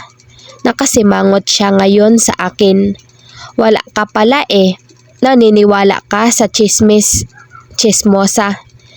Pero dinadalaw ka niya rito kahit graduate na siya. Hindi ko na napigilan ang bibig ko at syempre ang damdamin ko. May kinuha lang siyang farm sa faculty room na taon lang na nakita niya ako. Sabay kayong kumain sa kantin. Sinabayan niya lang ako. Alangang tadyakan ko paalis. Pumunta siya sa birthday mo. Pumupunta siya sa inyo. Inaanak siya ni mama. Saka malamang pupunta iyon. Lapit lang bahay nun sa amin eh. Tinawag kanyang baby. Doon na pumiyok ang boses ko. Lalong napasimangot siya. Eh narinig mo bang tinawag ko rin siyang baby ha? Ano? Wala ka pala eh. Eh kahit na. Napayuko ako dahil ayokong makita niya ang pangingilid ng mga luha ko. Parang baliw naman tong mga mata ko. Bakit naman kaya naluluha na lang bigla? Naramdaman ko ang pagpatong ng palad ni Arkanghel sa ulo ko. Tis, ikaw talaga. Sexy siya. Halos bulong na lang ang lumabas sa akin. Nagulat ako nang bigla siyang tumawa. Napipikong nag-angat ako ng paningin. Umurong ang mga luha ko. Ano kayang nakakatawa? Dapat bang pagtawanan iyong insecurities ko? Nang makabawi ako ay naglakad na ako para iwan siya ulit. Umalis ako pero hindi papunta sa gate kundi pabalik sa bench. Naupo ako roon at hinintay siyang sumunod. Sumunod nga naman siya. His handsome face lit up with a boyish grin when he saw me on the bench. Uy, memories! Memories, Karyan. Humalukip-kip ako.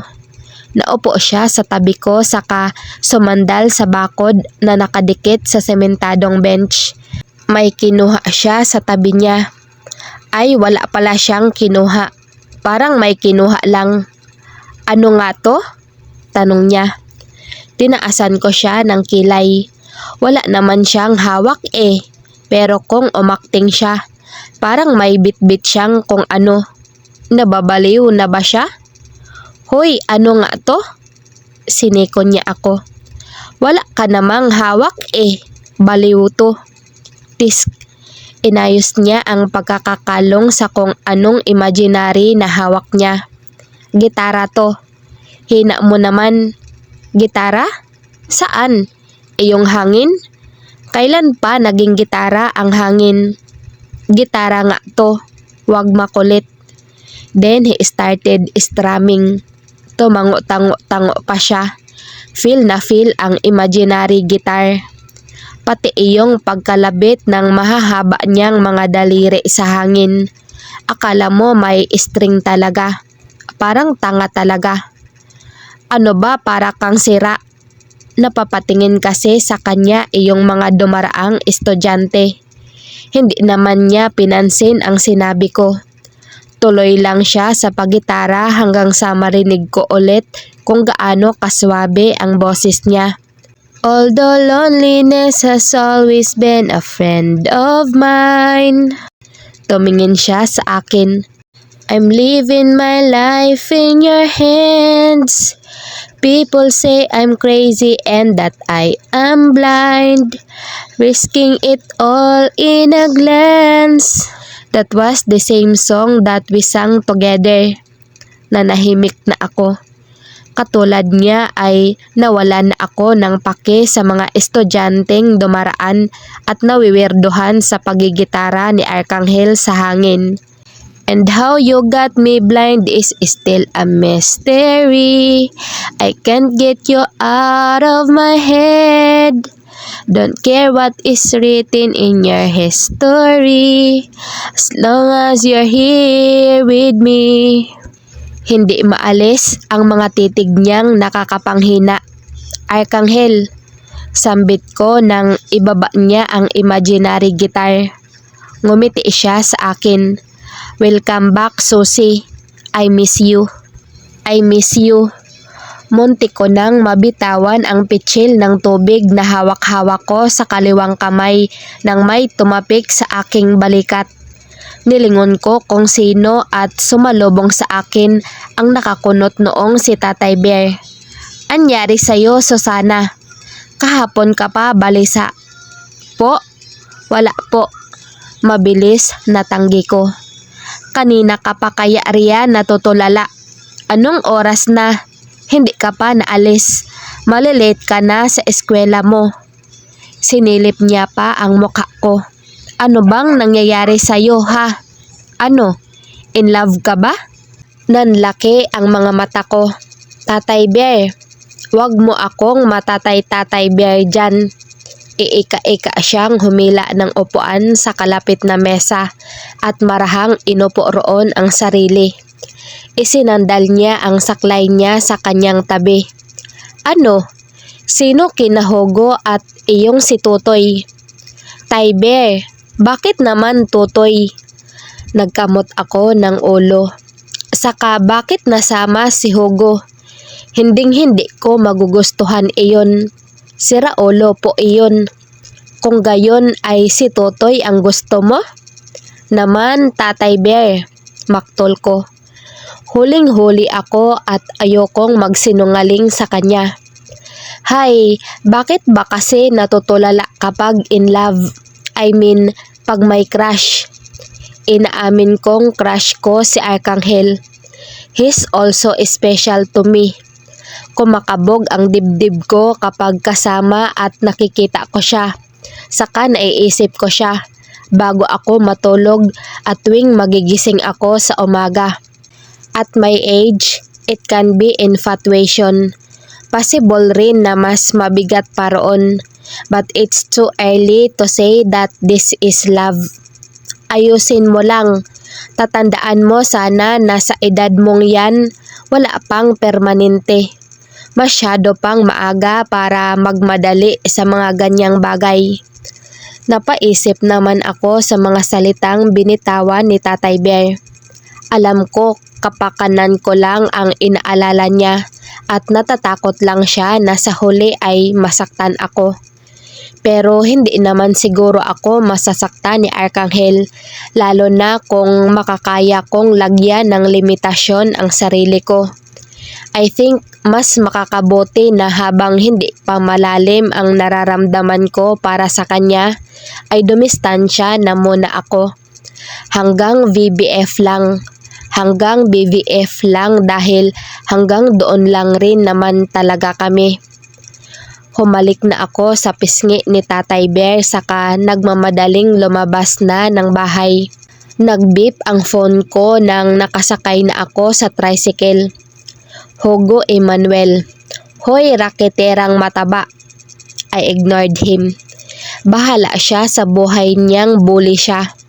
Kagabi pa siya panay text dyan kaya na-save ko na ang number niya. Hindi ko alam kung bakit may number ko na siya. Siguro hiningi niya kay Carlin. Hugo Emmanuel.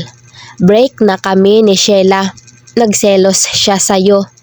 Kasalanan mo kaya single na naman ako. Paki ko. Busy ako. Habang nasa tricycle ay itinext ko na ang mama ng classmate kong si LV Ruiz. Naghahanap pa kasi ako ng pwede pang hanguan ng kahit anong pwedeng itinda. Pagkarating sa school ay sumalubong sa akin sa gate ang grade 10 student na si Loisa. "Susi, tagal mo naman, mag-start na klase namin eh." "Sorry na," lambing ko sa kanya. Dati ko siyang nakasama sa English club kaya magkakilala kami. Naglabas ako ng wallet mula sa bag ko. 400 lahat, no? "Yap, ito oh." Ibinigay niya sa akin ang plastic bag na dala-dala niya. Sa kanya kinuha ang perang inaabot ko. "Thanks." Sinilip ko ang laman ng plastic bag. Mga lip tint iyon, 5 piraso. Iba-iba ang shades. "Bakit kasi di ka pa mag-register para mas malaki ang tubo mo?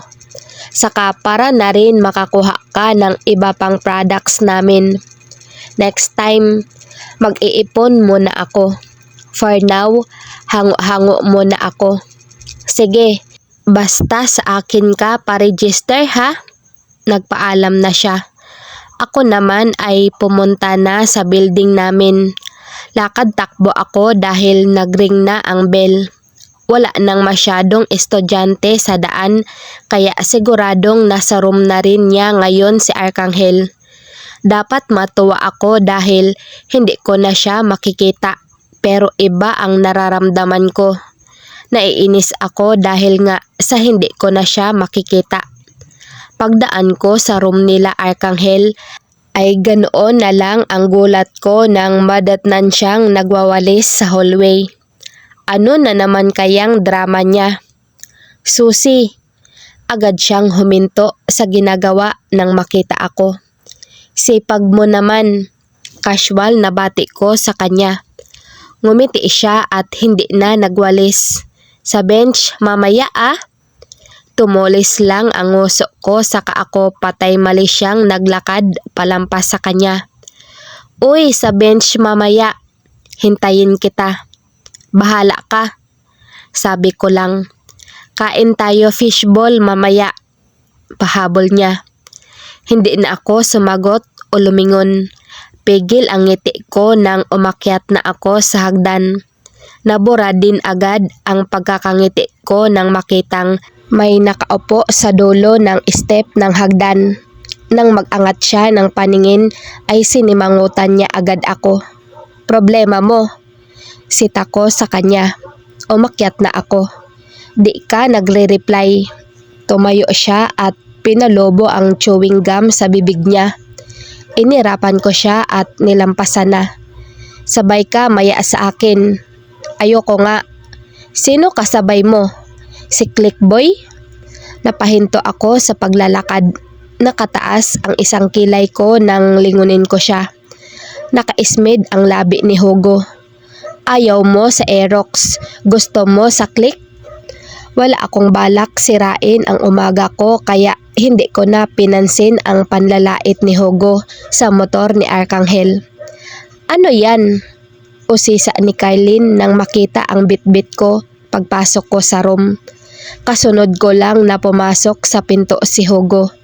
Kasunod naman niya ang first class teacher namin na ngayon ay pengot-pengot siya. "Binata ka na, pasaway ka pa rin. Ang daming didikita ng chewing gum, talagang sa hagdan pa. Diyos ko, Hugo Emmanuel, maawa ka sa mama mo. Napakarangal ng magulang mo tapos ikaw, balahura." Naiiling na lang ako sa kinauupuan, pero mabuti nga kay Hugo. "Lip tint to, order sa akin nila Alice." Sinagot ko ang tanong ni Carlin. Nag-start na kasi ako kagabi sa posting ng mga products na nire-resell ko.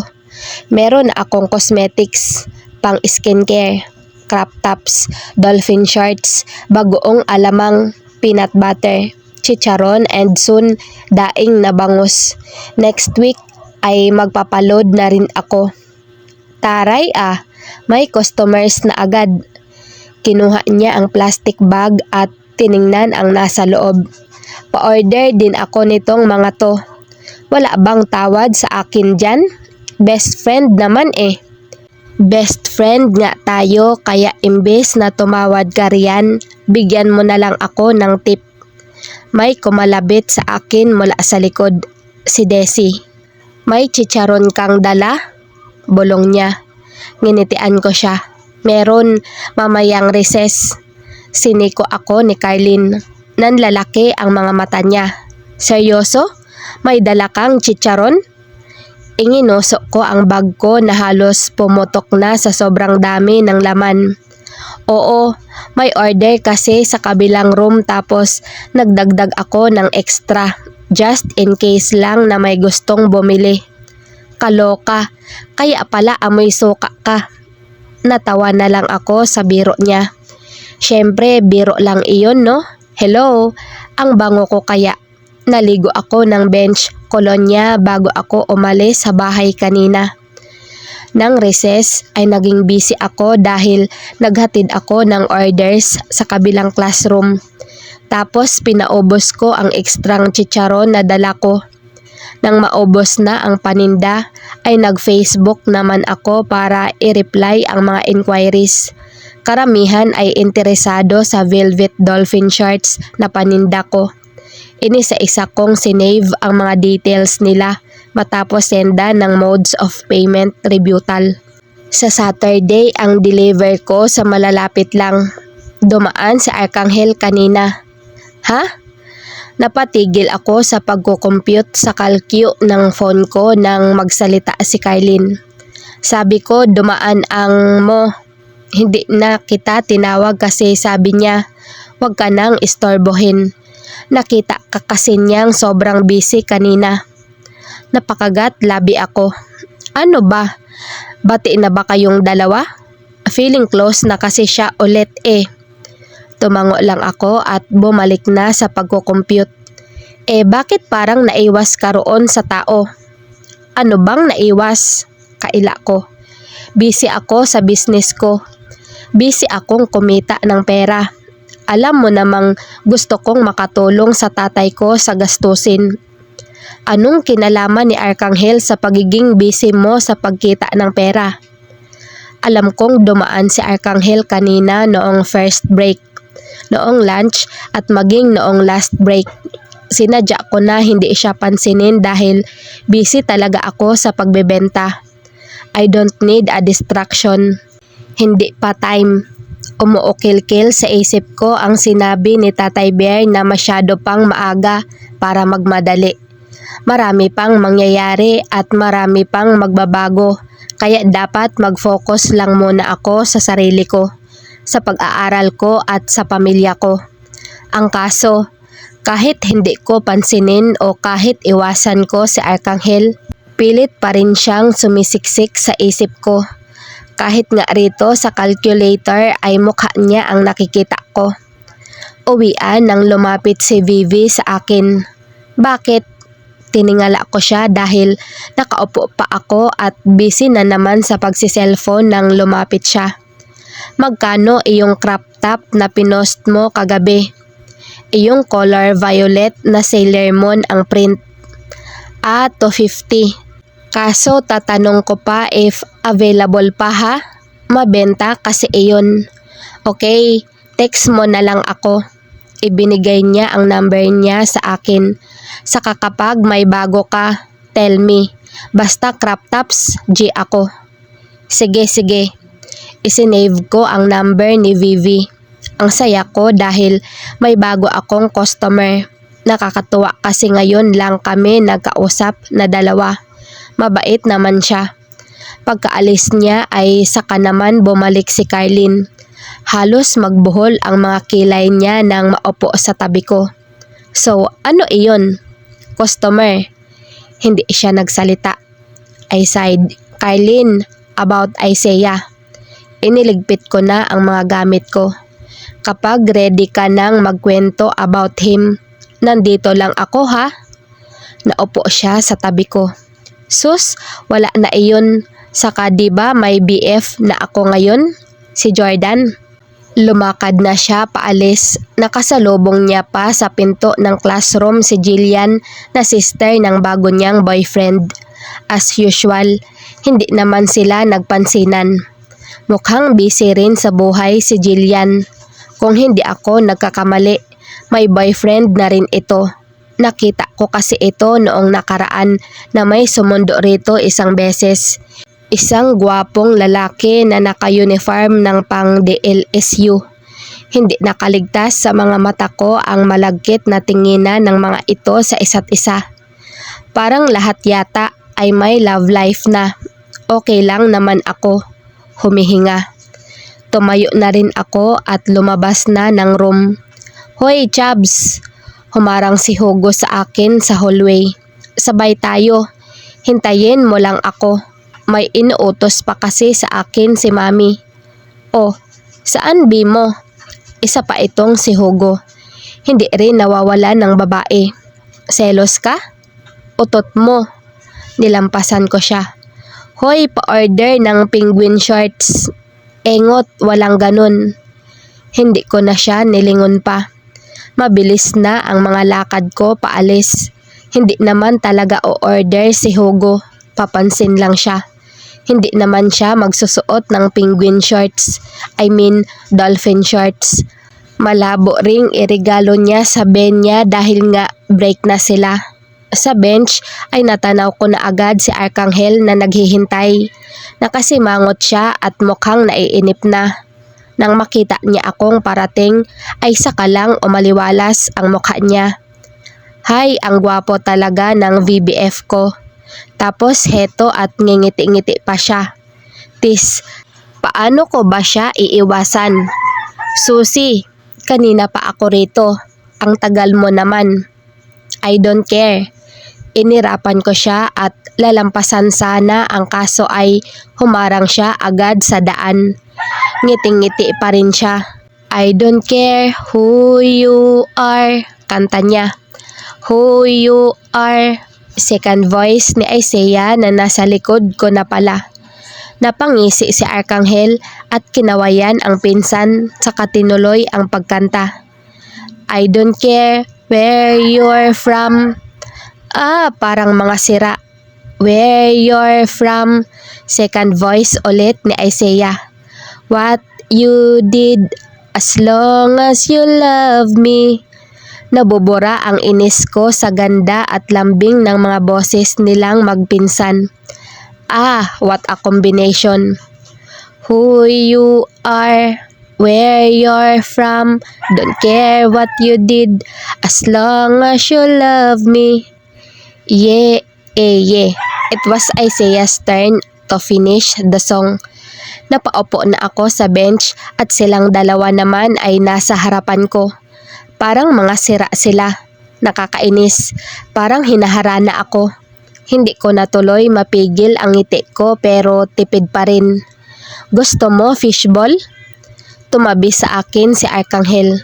Bili mo ko. Itinulak ko siya patayo. Di mo ko sasamahan? Pagod kasi ako. I pouted like a child and gave him puppy eyes. Ikaw na lang please. Napakamot na lang ng ulo si Arkanghel saka umalis na para bumili ng fishball. Mabuti pa sa'yo masunurin yan. Komento ni Isaiah. Naupo siya sa tabi ko.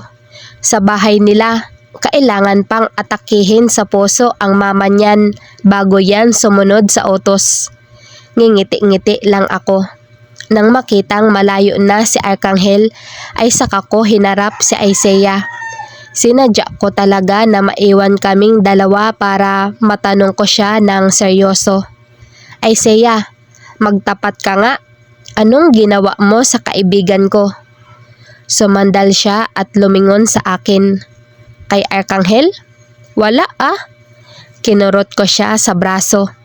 Hindi si Arkanghel, si Kylene. Nabura ang ngisi niya. Ano ba sabi nun sa'yo? Sumeryoso ako. Wala siyang sinasabi kaya sa'yo ako nagtatanong. Bakit galit na galit sa'yo si Kylene? Napatisk si Isaiah at humalukip-kip. Siya ang nakipag-break Kaya hindi ko alam kung bakit siya pariyan ang galit. Mukha namang sincere ang pagkalito ni Isaiah. So naging sila nga. Wala akong alam, Isaiah. Wala naman siyang nakukwento tungkol sa'yo. Kung may nasabi man siya about you, ay iyon na running for top ka na raw palagi. That's a good news actually. Ngumiti lang si Isaiah. Ang tagal niya na tahimik. Hindi na siya nagsalita pa kaya nakiramdam na lang ako. Pinanood ko na lang ang mga estudyanteng dumaraan sa harapan namin sa bench. Tanungin mo na lang si Carlin kung bakit siya galit. Maya-maya ay narinig ko na lang na bulong niya. Sumandal ako. Hay, sana nga magkwento siya. Hindi ko gustong nakikita na nahihirapan ang best friend ko. Ang dami kong pagkukulang doon, kaya gusto kong bumawi. Sa akin, kailan ka babawi? Biglang may nagsalita sa gilid ko. Bumalik na si Arcangel at narinig niya ang pag-uusap namin ng pinsan niya. Bit-bit niya na ang 2 plastic cup na puno ng maliliit na kwek-kwek, fishball at kikiam sa loob na nakababad sa suka. Naupo na sa tabi ko si Arcangel. Iyo tong mas marami. Thank you. Tinanggap ko naman ang cup ko. Iyong sa akin, insan. Tanong ni Isaiah. Maligaya na ulit. Parang hindi na stress kanina. Pinagigitnaan na nila akong magpinsan sa bench. Umismid ang natural na mapulang mga labi ni Arcangel. Hoy, mas malaki baon mo sa akin kaya bumili ka ng iyo. Tisk. Bumalik lang tong si Susie. Naging sakim at makasarili ka na. Hindi mo ba alam na kahit hindi tayo magkamukha ay still blood is thicker than water? But rivers run deeper. Muntik akong masamid. Tawang-tawa naman si Isaiah. Hoy, English yan. Saan mo natutunan yan? Sabi ni Mama. Dinamay mo pa si Tita Roda. Malamang nabasa mo lang yan sa internet noong nagpo-Pornhub ka. Inabot ni Arcangel si Isaiah para kutusan. Gago, walang ganon. Banned na iyon sa Philippines. Tawang-tawa naman si Isaiah. Ba't alam mo? Itinaas ko ang kamay ko sa ere dahil ako ang nagigit-git nila sa harutan nilang magpinsan. Tumigil na nga kayo? Ang lalaki nyo na. Ang haharot nyo ba rin? Ito kasing si Arcangel, talande. Ikaw nga naihi ka pa sa higaan. Sabihin mong hindi. Tama na. Itinulak ko na palayo si Isaiah. Umuwi ka na nga, Isaiah? Tumayo naman si Isaiah. Sus, magsusolo lang kayo eh. Nag-dirty finger pa siya kay Arcangel bago umalis. Sinamaan ko ng tingin si Arcangel. Subukan mong gumante. Di Lumabi lang siya at umayos ng upo. Kinain ko na iyong fishball, kwek-kwek at kikiam na binili niya sa akin. Siya naman ay tahimik na rin na kumakain. Nag-cheers pa kami ng suka na lang ang matira sa cup. Halos sabay rin naming tinungga iyon. Bakit pala hindi mo dinadala iyong motor mo sa pagpasok? Puna ko nang malamang nag-commute lang siya ngayon. One time pa lang daw niya iyong nadala rito sa school. Ayaw ni Mama eh. Baka raw kasi maaksidente ako. Ewan ko ba roon, hindi ko tuloy masulit si Wolf. Wolf? Name ng click ko. Astig no? Si Papa nakaisip nun. Ayaw nga ni Mama. Kaso gusto ni Papa. Talo siya. 2 kami eh. Humagalpak siya ng tawa. Proud na walang nagawa ang mama niya dahil nagkampihan sila ng papa niya. Cute. Mabuti okay kayo ng parents mo. Hindi ka na ba nila nasasaktan? Sumandal siya at tumingala sa langit. Hindi naman nga sila mapanakit.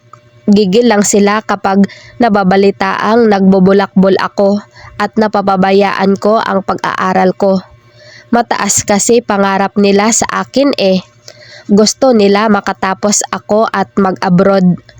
Ayaw nila rito sa Pilipinas kaya gusto nila na ako ang gumawa ng paraan para madala ko sila sa Canada o kahit saang lupalop basta for good. Ewan ko sa mga iyon bakit Gina G mag-migrate. Papadilim na pero nasa bench pa rin kami.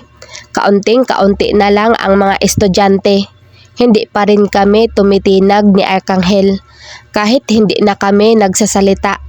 Kontento kami na basta magkatabi lang na nakaupo rito. Hindi ko na rin pansin na magkadikit na pala ang mga balikat namin. Naisip ko, hindi naman siguro masama na maging close pa rin kaming dalawa.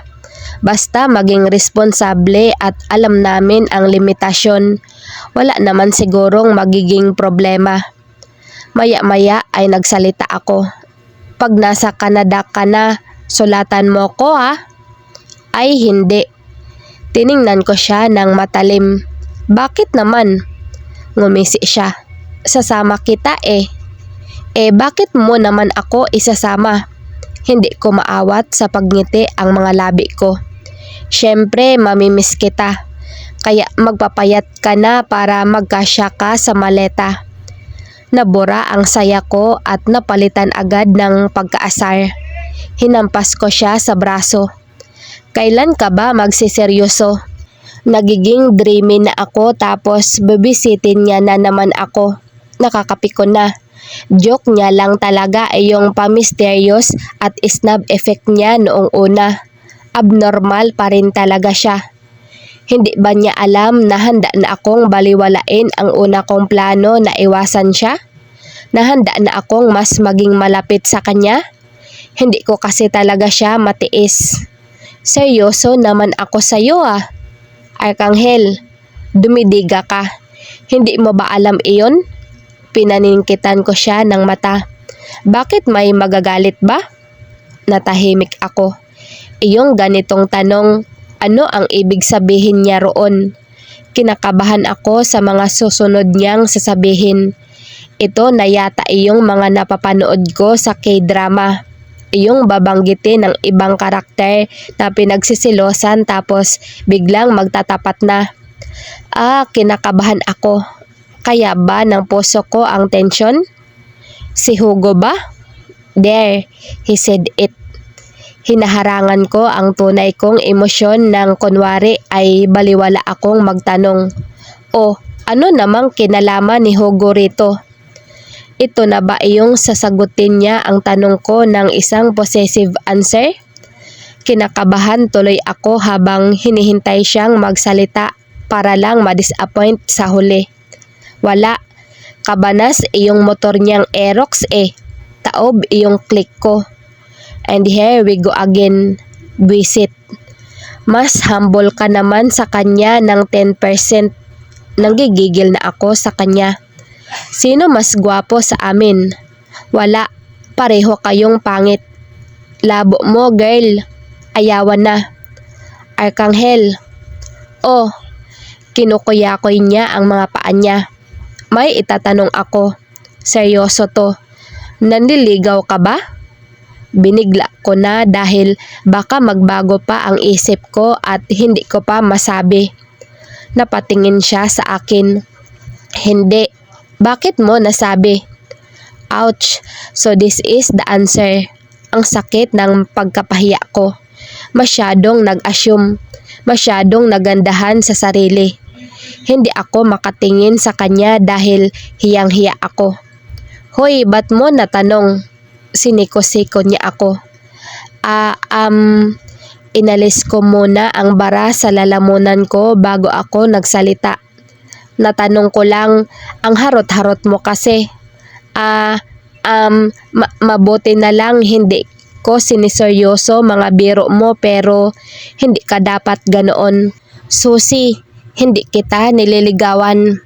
Sus, oo nga, ito naman. As if, tumawa ako kahit gusto ko nang maiyak. Okay, pero wag kang maharot. Susi, hindi kita nililigawan. Oo na nga. Paulit-ulit ka naman. Tumawa pa ako. Hindi pa. Kusang umikot ang leeg ko papunta sa kanya. Ha? Anong sabi mo? Seryoso siyang nakatingin sa akin. Hindi pa, kasi bala ko palang sanang ligawan ka.